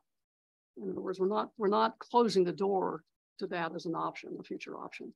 But in order to respect the work of APC, and I do respect, the Advisory Planning Commission members, and their concerns, I think, are well-founded. And I don't think we can address those concerns here today. And so for what it's worth, that would be my recommendation to the governing board, to take a look at phasing these changes to the area plan with respect to special area 1. Thank you. James. Thank you, Mr. Chairman. I appreciate that. I remember back in my assembly days, walking the Northwood, Southwood area, this project is directly in, and seeing the decline of that area. Actually knocking on a hotel door where a family was living, and then going to the next hotel door, and somebody trying to slip me a package of information, then asking me for money. Not really good area. Some of these, it's kind of dilapidated. And I'm looking at these different projects in this area, thinking that we're not the last vote. This goes to the full governing board. And then during that time frame, people have the ability to give more information to us to try to sway our viewpoints. I look at this as the preliminary, a planning commission type step to bring to the full board.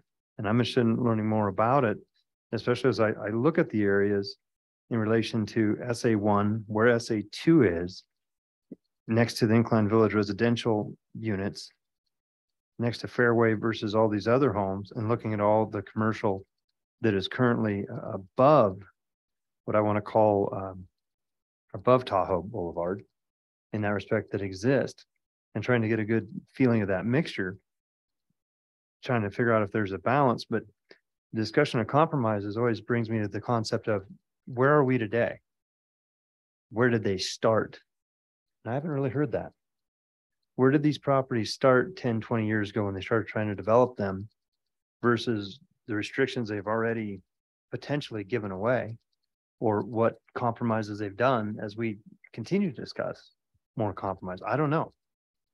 And for that, I generally look to the local governments that started this process from the beginning to today, where I'm just being brought in at this point and being told to yay or nay, to me, it's almost a more appropriate thing because I worry that if we continue to discuss compromises, again, I'm not sure where this started.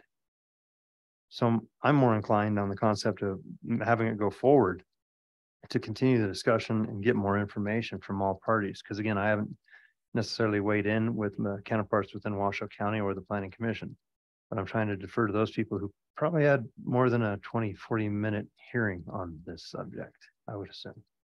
Anyways, that's my mind. Thank you. Great, thank you. Any other comments from committee members? I guess I'd like to say I, like Cindy, have mixed feelings about this project. And like Shelley, would love to see a compromise solution if one could work, but it doesn't sound like that's something that we're willing to, or everyone's willing to do.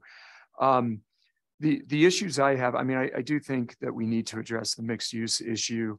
I also think the STRs should be looked at more on a county-wide or basin-wide way, because this to me is the perfect place to have STRs. And if you look at the best practices for STRs, our documents, the consultants we hired to help us figure out our plans around the lake, they recommend trying to get STRs in your downtown areas and your entertainment districts, and then keeping them out of the, keeping them more out of the neighborhoods where they tend to cause more problems and more VMT and more issues overall. My biggest concern on this, and was a concern of some others back in, back at my mothership, was that by changing this area to allow condos will make it much harder to incentivize private development of affordable housing in the future. And the big reason that we're all talking about increasing height density and coverage is to incentivize affordable housing. And by allowing condos in this area, we will be pushing up that land price, and we will have to go bigger, denser, and more covering to make it so that market rate developers or private developers can create the workforce housing that we really want to see in these areas. And the subsidies that we're seeing for affordable housing to get it built publicly in the basin is, I mean, the numbers are insane. And so we're really not going to be able to do a ton without getting the private developers in on this and incentivizing them. So those are the concerns that I've heard and feel about this. I actually think for this particular project, the mixed use is fine. It's at the very end of this commercial district up against open space. So it's kind of the end of the row. It would be the dregs of retail. And as a developer, I know down in Southern California, not up here, every town makes us build retail, and it's always, it's almost always vacant and underutilized because there's way too much retail in the world right now, given the shift to online purchasing. So as I've heard, Alexis say, we have vacancies all over town. It's hard for me to ask someone in this instance to put in more affordable housing. Also on the plus side of this project, we are recommending it's a choice of recommending approval of 40 luxury homes built in this downtown area. Those luxury homes, those units would probably be built scattered in the forest where they're not walkable and they aren't serviceable by transit, and would actually produce more runoff and more coverage than if they're built in this configuration. So this project has a lot of pluses and minuses to it.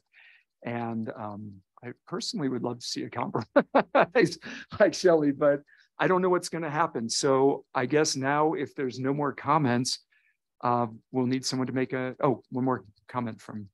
Thank you, Mr. Chairman. I was kind of curious, being the first time that I've been on this RPIC in this respect. what happens from here? Is this similar to like a planning commission session? It's probably a question more for Mr. Hester.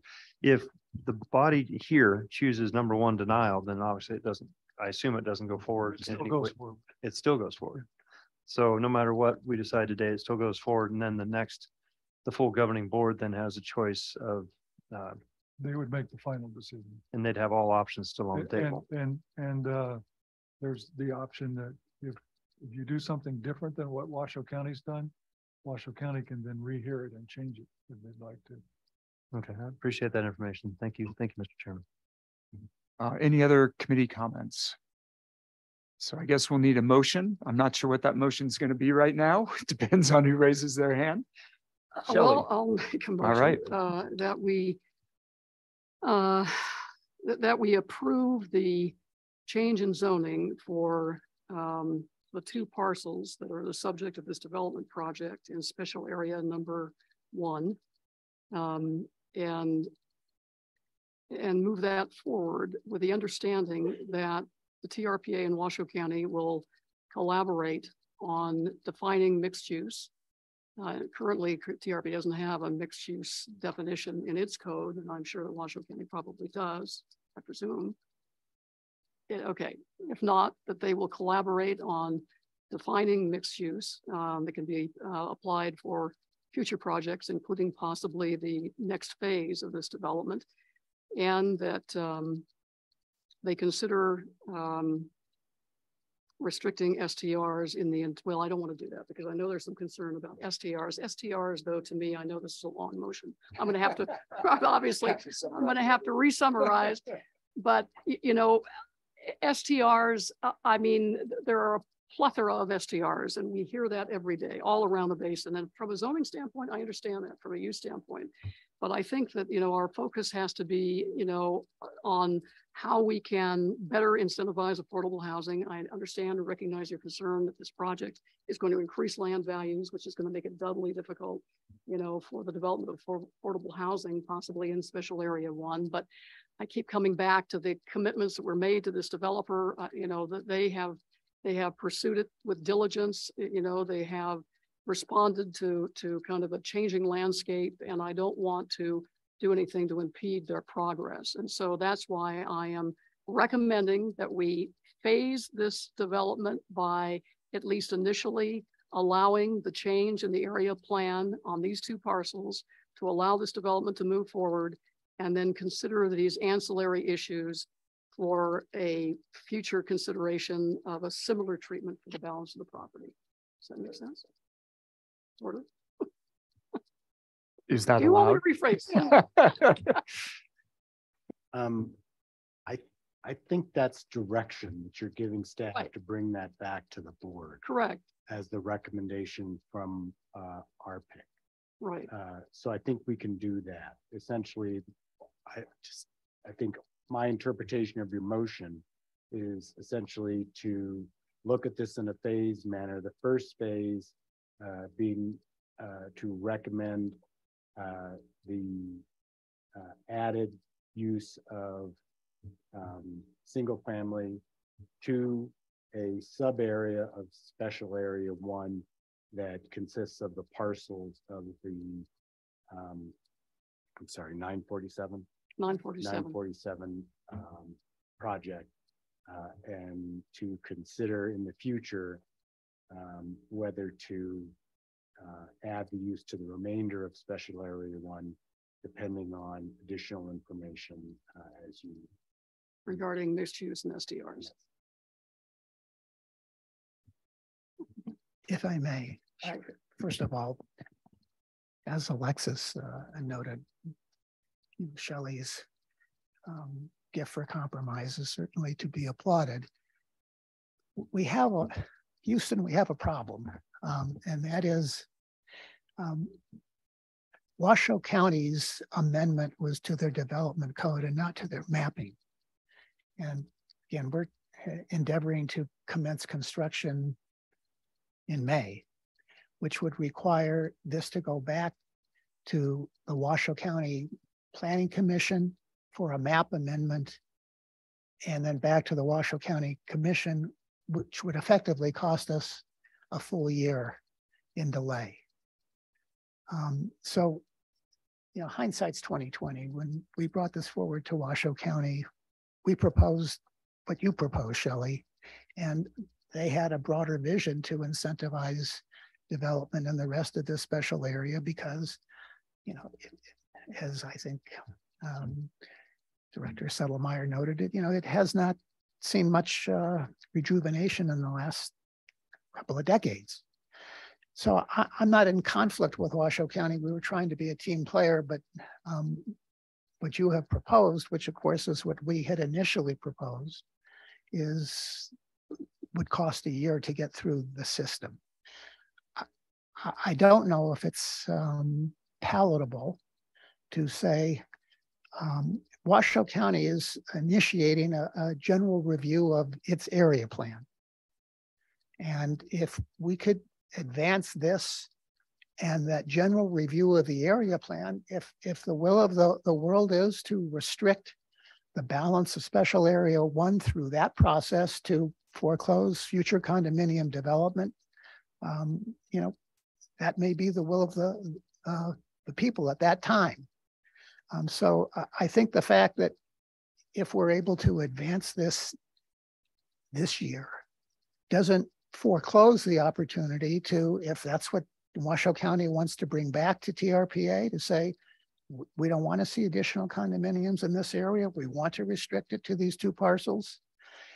Maybe that's a win-win. Well, I think the only thing we could say is that, and I can't speak for the rest of the board, that I would not look favorably on another condominium project in the remainder of special area 1. Well, and that's, if I could, Lou, if I could just interject for a minute. Remember, we have 2 things going on here. We have a Washoe County process, which changes Washoe County's regulations, the way that they have it written. Plus, it advances to TRPA and change to the area plan. I am confident that between now and the governing board, we can reconcile those 2 things so that we can give effect where it may not be a map overlay, but essentially will be a TRPA action that can, if this is the will of the committee, to phase in, as Shelley talked about, starting with allowing this use for these 2 parcels, or 1 parcel, whatever it is. And which would not require an additional process at Washoe County to effectuate. So that they would essentially, but what would happen is that there would be then this inconsistency for the rest of the area. And the Washoe County ordinances and code would allow single family dwelling, but TRPA regional plan would not. And then that could be reconciled in the second phase of what you're talking about. So I think we have the, we can figure out what is the right wording for that, if that's the recommendation that the committee wants to do. I would not recommend, if you have a strong desire not to have this for the rest of the zone, that you upzone it and then consider down zoning. I would not recommend doing that. That makes sense. Great. So we have a motion on the table. Mario, do you want to do a roll call? Ms. Aldine? Yes. Ms. Gustafson? Yes. Ms. Dis? Ms. Hill? No. Mr. Settlemeyer? Mr. Honigman? Yes.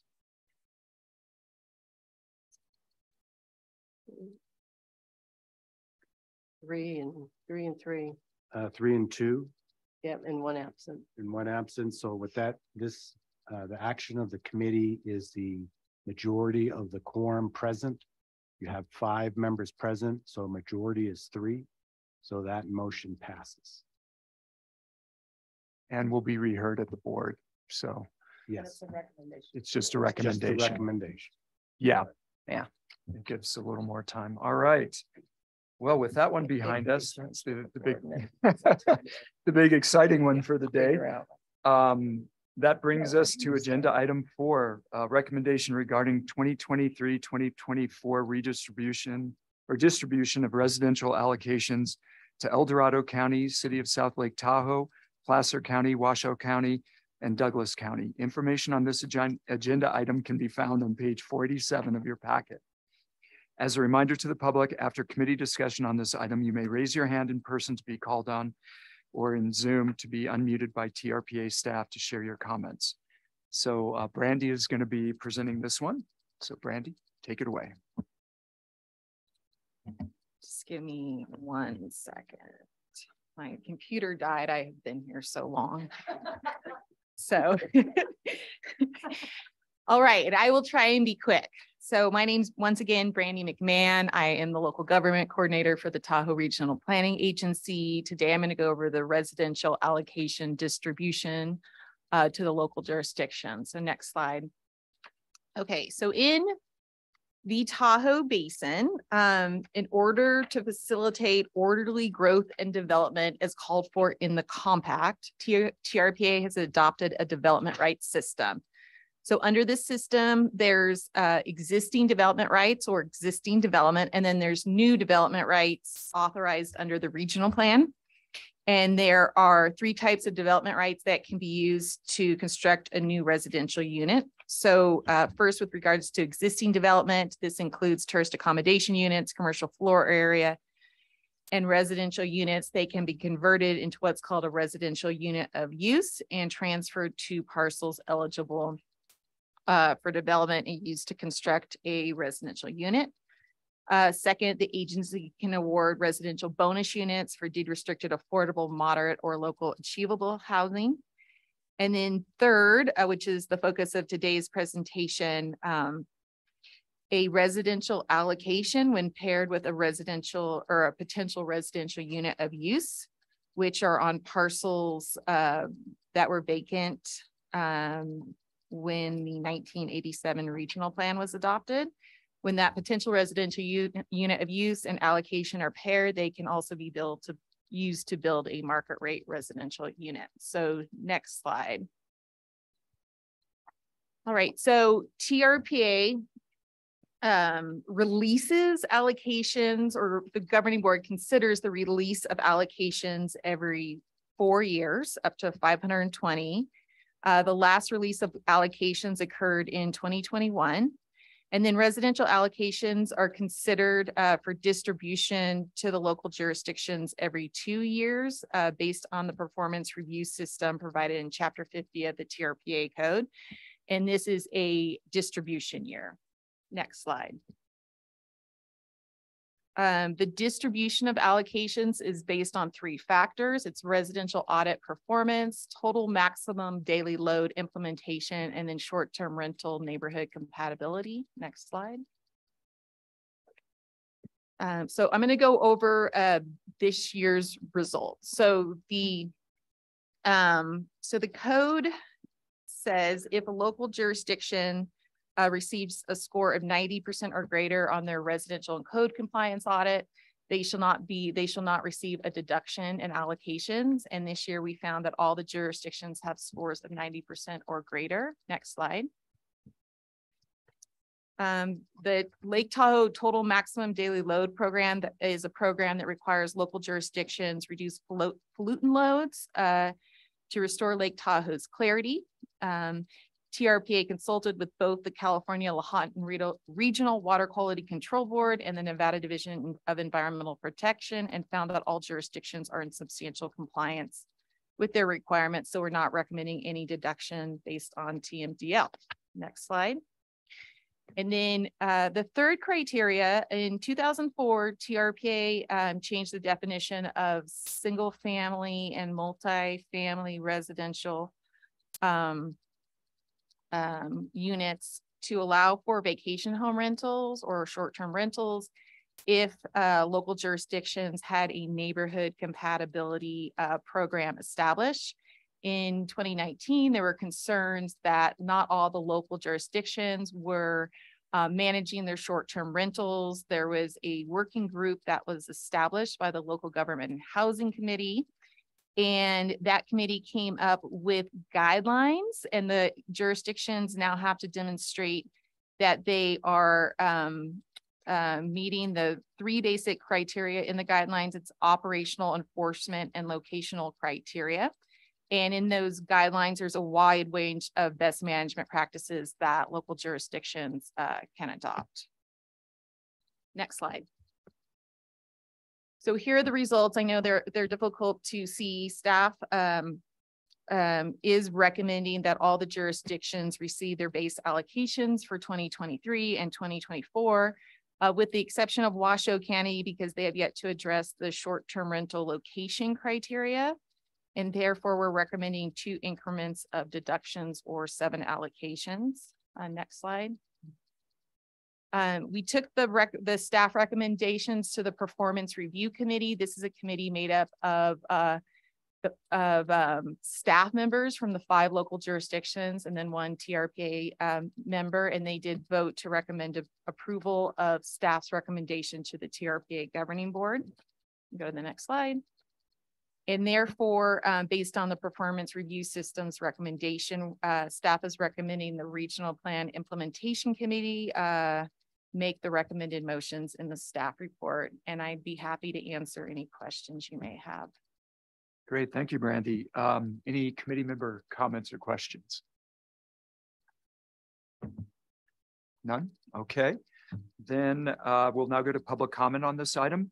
If any member of the public wishes to address the committee on this agenda item, please raise your hand now, either in person or by clicking the raise hand button at the bottom of your Zoom screen, or by dialing *9 on your phone, and you'll be called on and unmuted by a TRPA staff member. So do we have anyone in person who wishes to make a comment on this? No? Anyone online, Catherine? Mr. Chair, we have no hands raised to comment on this item. Okay. Wow. All right. Well, we'll close public comment then. Any last chance for committee members? No comments, seeing none. I guess, do we have a motion for the first motion? Yes, also move a motion that the proposed distribution of residential allocations for 2023 and 24 meets the requirements.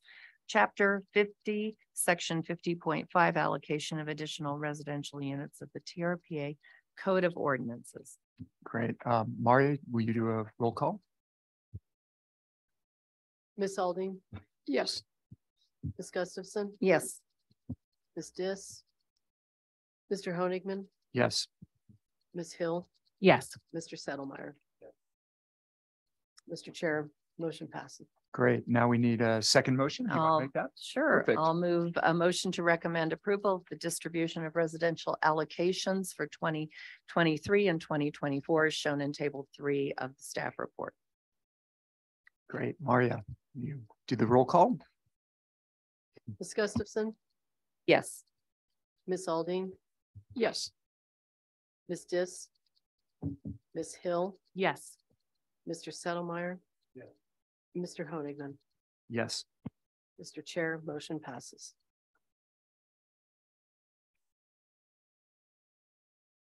All right. Let's see, where are we here?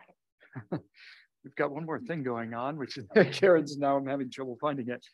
There it is. Okay, I thought I was already past that.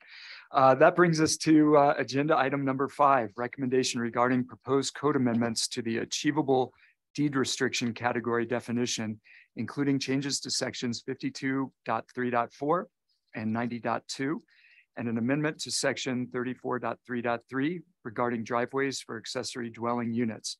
Information on this agenda item can be found on page 541 of your packet. As a reminder to the public, after committee discussion on this item, you may raise your hand in person to be called on, or in Zoom to be unmuted by TRPA staff to share your comments. So Karen's going to present this one. Karen, take it away. Thank you. Thank you, committee, for hearing this item as your the end of the day wrap up. Karen Fink, Housing Program Manager. Today, I'm presenting a change to TRPA's definition of achievable housing, which is one type of housing that we incentivize through our bonus unit program. And the point of this amendment is to make an update to our definition so that it better serves local workers. And we're moving forward on this after hearing a sense of urgency from the board and several stakeholders, and also to align with Placer County, who has a similar type of deed restriction.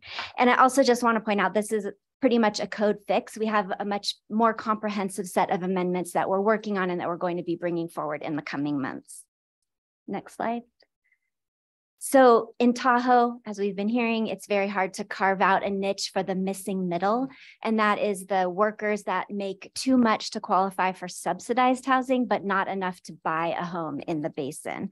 And so because we have such a high demand for second homes, we're seeing so much of our housing stock be diverted into the second home market that with this achievable definition, we're trying to carve out a niche for that housing. Next slide, please. So now I just want to talk about what our existing achievable code definition is and explain why we're proposing to change it. So our current definition for achievable housing has ended up with fairly high income caps, and it does not have a requirement for local employment. So the reason that the income caps related to this definition have become so high is because when we approved this definition in 2018, we tied the qualifying income level to the amount needed to afford the median priced home. And as we've seen home prices skyrocket over the last several years, that income cap keeps rising and rising. So now we're finding that with no local employment requirement, we're potentially subsidizing people with fairly high incomes who aren't working locally. So before I just had a couple more things. Let's see. So I just also wanted to point out a few elements of our existing deed restriction that we will be proposing to maintain in the new proposal. The underlined sentences talk about how our current deed restriction does require that the unit must be used as a permanent residence. It cannot be used as a second home or a vacation home rental. And the owner of the deed restricted unit must submit an annual compliance form. And then I also just want to point out that the table on the right, although we have this higher income limit that is meant to capture the missing middle, this definition is also inclusive of our subsidized deed restriction categories, which include affordable housing and moderate income housing. And those definitions align with state and federal definitions for types of housing that can receive subsidies and grants. So next slide, please. So what we're proposing now is to replace the income cap with a local employment requirement for households that make more than 120% of AMI. So once they're out of that subsidized category. And this is based on what we've seen other areas do, such as Vail, Summit County, Eagle County, and now Placer County. So under the new definition, a household that lives in an achievable unit must meet one of these criteria. At least one member of the household must be employed at least 30 hours a week for a local employer, or the household must meet the moderate income limits or below, or they would be a retired household who's lived in a deed restricted unit in Lake Tahoe for at least 7 years. So that would prevent someone who's been living in a deed restricted unit from getting kicked into the challenging market as soon as they retire. And then, as I mentioned, we would keep the requirement that it be a permanent or primary residence, cannot be used as a second home or VHR, and this annual compliance certification must be submitted. So we did bring this to the local government and housing committee last year and received support. And I also wanted to thank Ms. Aldine for some of the comments that she provided at that meeting and throughout this process. And we did incorporate one suggestion in particular, which was to include a requirement, sort of an asset cap for households that are purchasing these units. So that would give us another lever to prevent these units from being bought up by people who may have low income on paper, but they actually have a second home or quite a bit of assets somewhere else. And we did also model that language on what we've seen other areas do. And then next slide. And then as part of this amendment, we're also including another code change that we've just observed is needed related to driveways for ADUs. So this is just a small change, but we want to allow a second driveway for ADUs when that second driveway would have fewer environmental impacts than what our current or less environmental disturbance than our current code, which would require a circular driveway. So that could end up requiring more coverage or tree removal than is needed. So next slide, please. After we get, if you recommend approval of this today, then we would take it to the APC for a recommendation for approval in April and to the governing board as well for consideration in April. And then finally, I did just want to mention that in the packet, we included the initial environmental checklist, but it got swapped out with the checklist for teleconferencing. So we did find that there were no impacts associated with this change. It's basically kind of trying to realign with what the original intent of this program was. And just to clarify, that packet, the IEC was reposted to the website and provided to board members. So thank you. With that, I will turn it back over to the chair. Great. Thank you, Karen. Any committee member comments on this item? Okay, Shelley. Good work, Karen. Thank you so much for bringing this forward. On page 549, do you think under subparagraph E, at the end, it says the owner must continue to be the occupant, provide annual compliance reports to remain eligible for the exemption and not be subject to the annual fine, rent the unit only to a qualified renter, no longer the occupant, or sell the unit only to a qualified buyer. Should we reference section 90.2? Would be to understand what the qualification is. Right. Yeah, that would be a good addition. You can add that. Great. Alexis. Thank you. And I don't know if this is a good time to bring this up or if it needs to be agendized, but there were deed restricted units in Incline Village that I know that TRPA has followed up with. Are we using this definition when we're following up with those folks in those units? For the most part, we are just working with them to bring them into compliance with the existing language that's in their deed restrictions. In a few cases, we have offered to update their deed restrictions to this language so that we can get some of the new benefits and kind of reduce some of the confusion that has happened with a few of those units where there were just a variety of different deed restrictions in one condominium complex. Okay. So we have had one household update to this language, basically. Could I get a report on where all that is, just so I can articulate that to constituents, because it comes up a lot. Thank you so much, but great job on this, and I'm in full support. All right, Cindy. Thank you. Obviously, thanks, Karen, and I fully support this.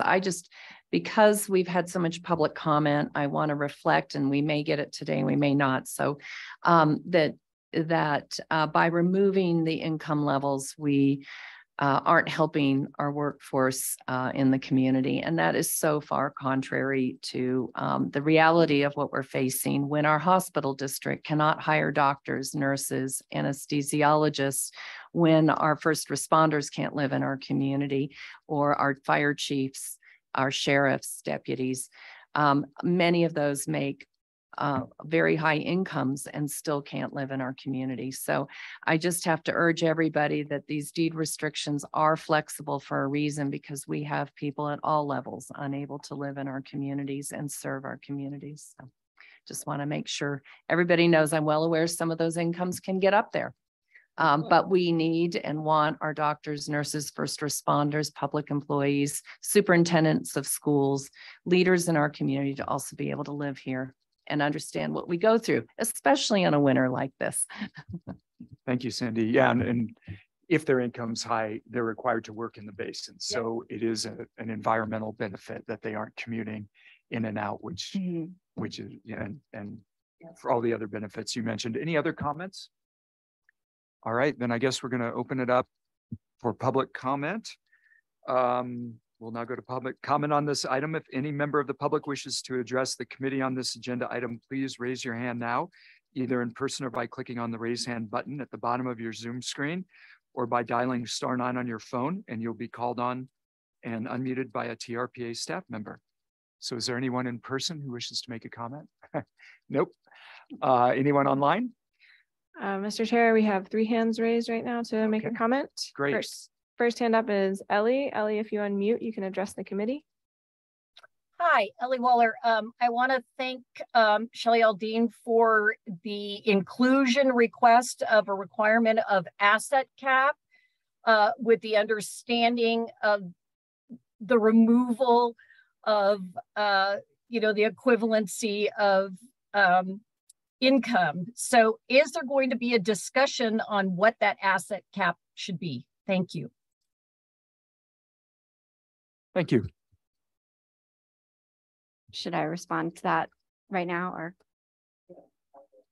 Yes, we have included in the deed restriction language what the asset cap is set at, and it's set at twice the area median income. So it's set at a level that would be below what someone would have if they owned a second home somewhere else. So it's approximately $200,000 for Washoe County, for instance, or sorry, on average for the basin, it would be approximately $200,000 would be the cap of total assets. Yes. Okay. Thank you. Next online person. Thank you, Mr. Chair. Next hand raised is Doug Flaherty. Doug, if you unmute, you can address the committee. Thank you, committee. I'll be brief. Doug Flaherty from TahoeCleanAir.org.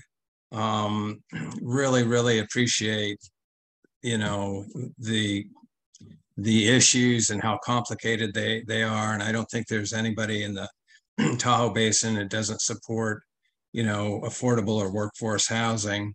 However, saying that, I just want to go on the record real quick and mention that from an environmental perspective, when you mentioned the word additional driveway, that kind of perked my ears up because, any additional driveway is going to impact, a neighborhood, a local community, or Tahoe Basin wide when it comes to this issue that I raised earlier about, the cutting of east side forest trees greater than 24 inches in diameter. And this is on the Nevada side that I'm kind of coming from, but because I'm on the east side, but on the east side, which goes from Brockway on down to the south,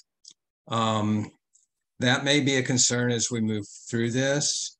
You're always also going to be challenged with the issue of overcapacity. And I have not read the environmental checklist. I couldn't take a look at it earlier. But if you haven't addressed, overcapacity or some sort of data that might suggest, what we're looking at here in the long term, as far as cumulative impacts, that may become an issue. And I guess I just wanted to go on record to mention those items. But again, I think we're all, applauding any reasonable effort that doesn't impact the environment to figure out ways for additional affordable or workforce housing. Thank you. Thank you. The last hand up is Kathy Julian. Kathy, if you unmute, you can address the committee. Thanks, and thanks, Kathy Julian, Incline resident, and I thank Karen for her presentation. I would be interested in understanding better what kind of enforcement authority TRPA brings to these deed restrictions, and aside from the compliance report and perhaps a fine. And if someone could elaborate on that, that would be greatly appreciated. Thank you. Thank you. And Karen, do you want to?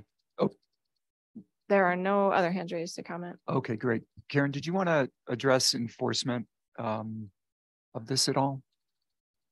No? I can start and John can add, or do you just want to take it, John? Well, okay. So we do have sort of three kind of main ways that we enforce these. One is that annual compliance certification that comes with a penalty if it's not submitted. Then we also have the ability to ask for more documentation at any time based on a complaint or an audit. And we're currently auditing approximately 30% of the deed restrictions that we have right now. And then finally, local jurisdictions are all contracted with a third-party service provider host compliance to scour the web and make sure that there aren't illegal short-term rentals, so that none of these would be able to be used as a short-term rental. So those are the main kind of checks that we have right now. And I would only add, we also, have our compliance authority or enforcement authority under the compact to assess, to go to court and get a civil penalty or injunctive relief. Okay. $5,000 a day. So it's okay. So it was brought to my attention, as I mentioned to you before, about the bless you, about the current penalties and enforcement, and just I'd like to ask that we review that in the future after this, so we can make sure that the penalties definitely outweigh the pain, outweighs the pleasure of skirting the regulations and doing these rentals, because that was brought up to me. So any other committee comments? Nope. All right, then I guess we'll be looking for a motion on this one. All right, so the motion would be to recommend adopt. What's it? Oh yeah, if you'd like to read it, that'd be great. I move to recommend adoption of the required findings in attachment E, including a finding of no significant effect, the adoption of amendments to the TRPA Code of Ordinance related to 1, the achievable deed restriction category definition, including changes to sections 52.3.4 and section 90.2 and 2, driveways for accessory dwelling units, including changes to section 34.3.3 as described in the staff report. Great, thank you. We have a co-motion. Any discussion on it, on this item or this motion? Nope. All right, so Maria, roll call, please. Ms. Aldine? Yes. Ms. Gustafson? Yes. Ms. Dis? Ms. Hill? Yes. Mr. Settlemeyer? Mr. Honigman? Yes. Mr. Chair, the motion passes. Great. All right, now we're on to agenda items. Second motion. One more. Oh, second motion. Dang, I got excited. A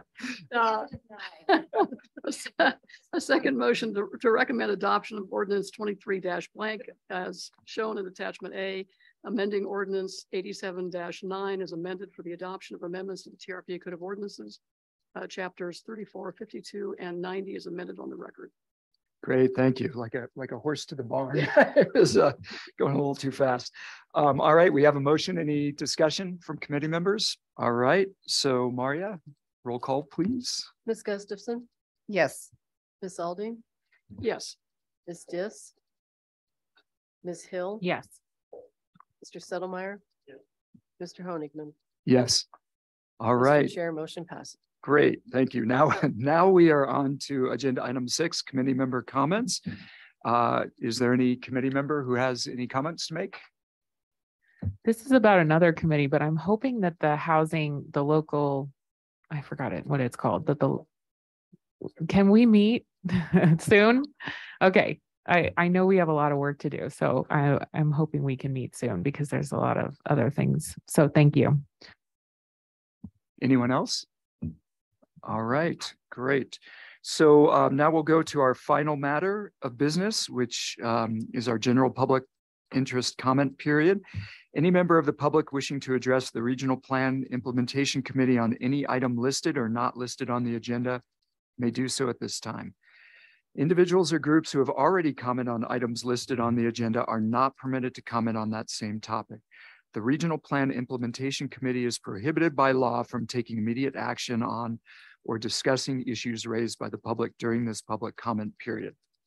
So if any member of the public wishes to speak at this time, please raise your hand either now in person, or by clicking the raise hand at the bottom of your Zoom screen, or by dialing *9 on your phone, and you'll be called on and unmuted by a TRPA staff member.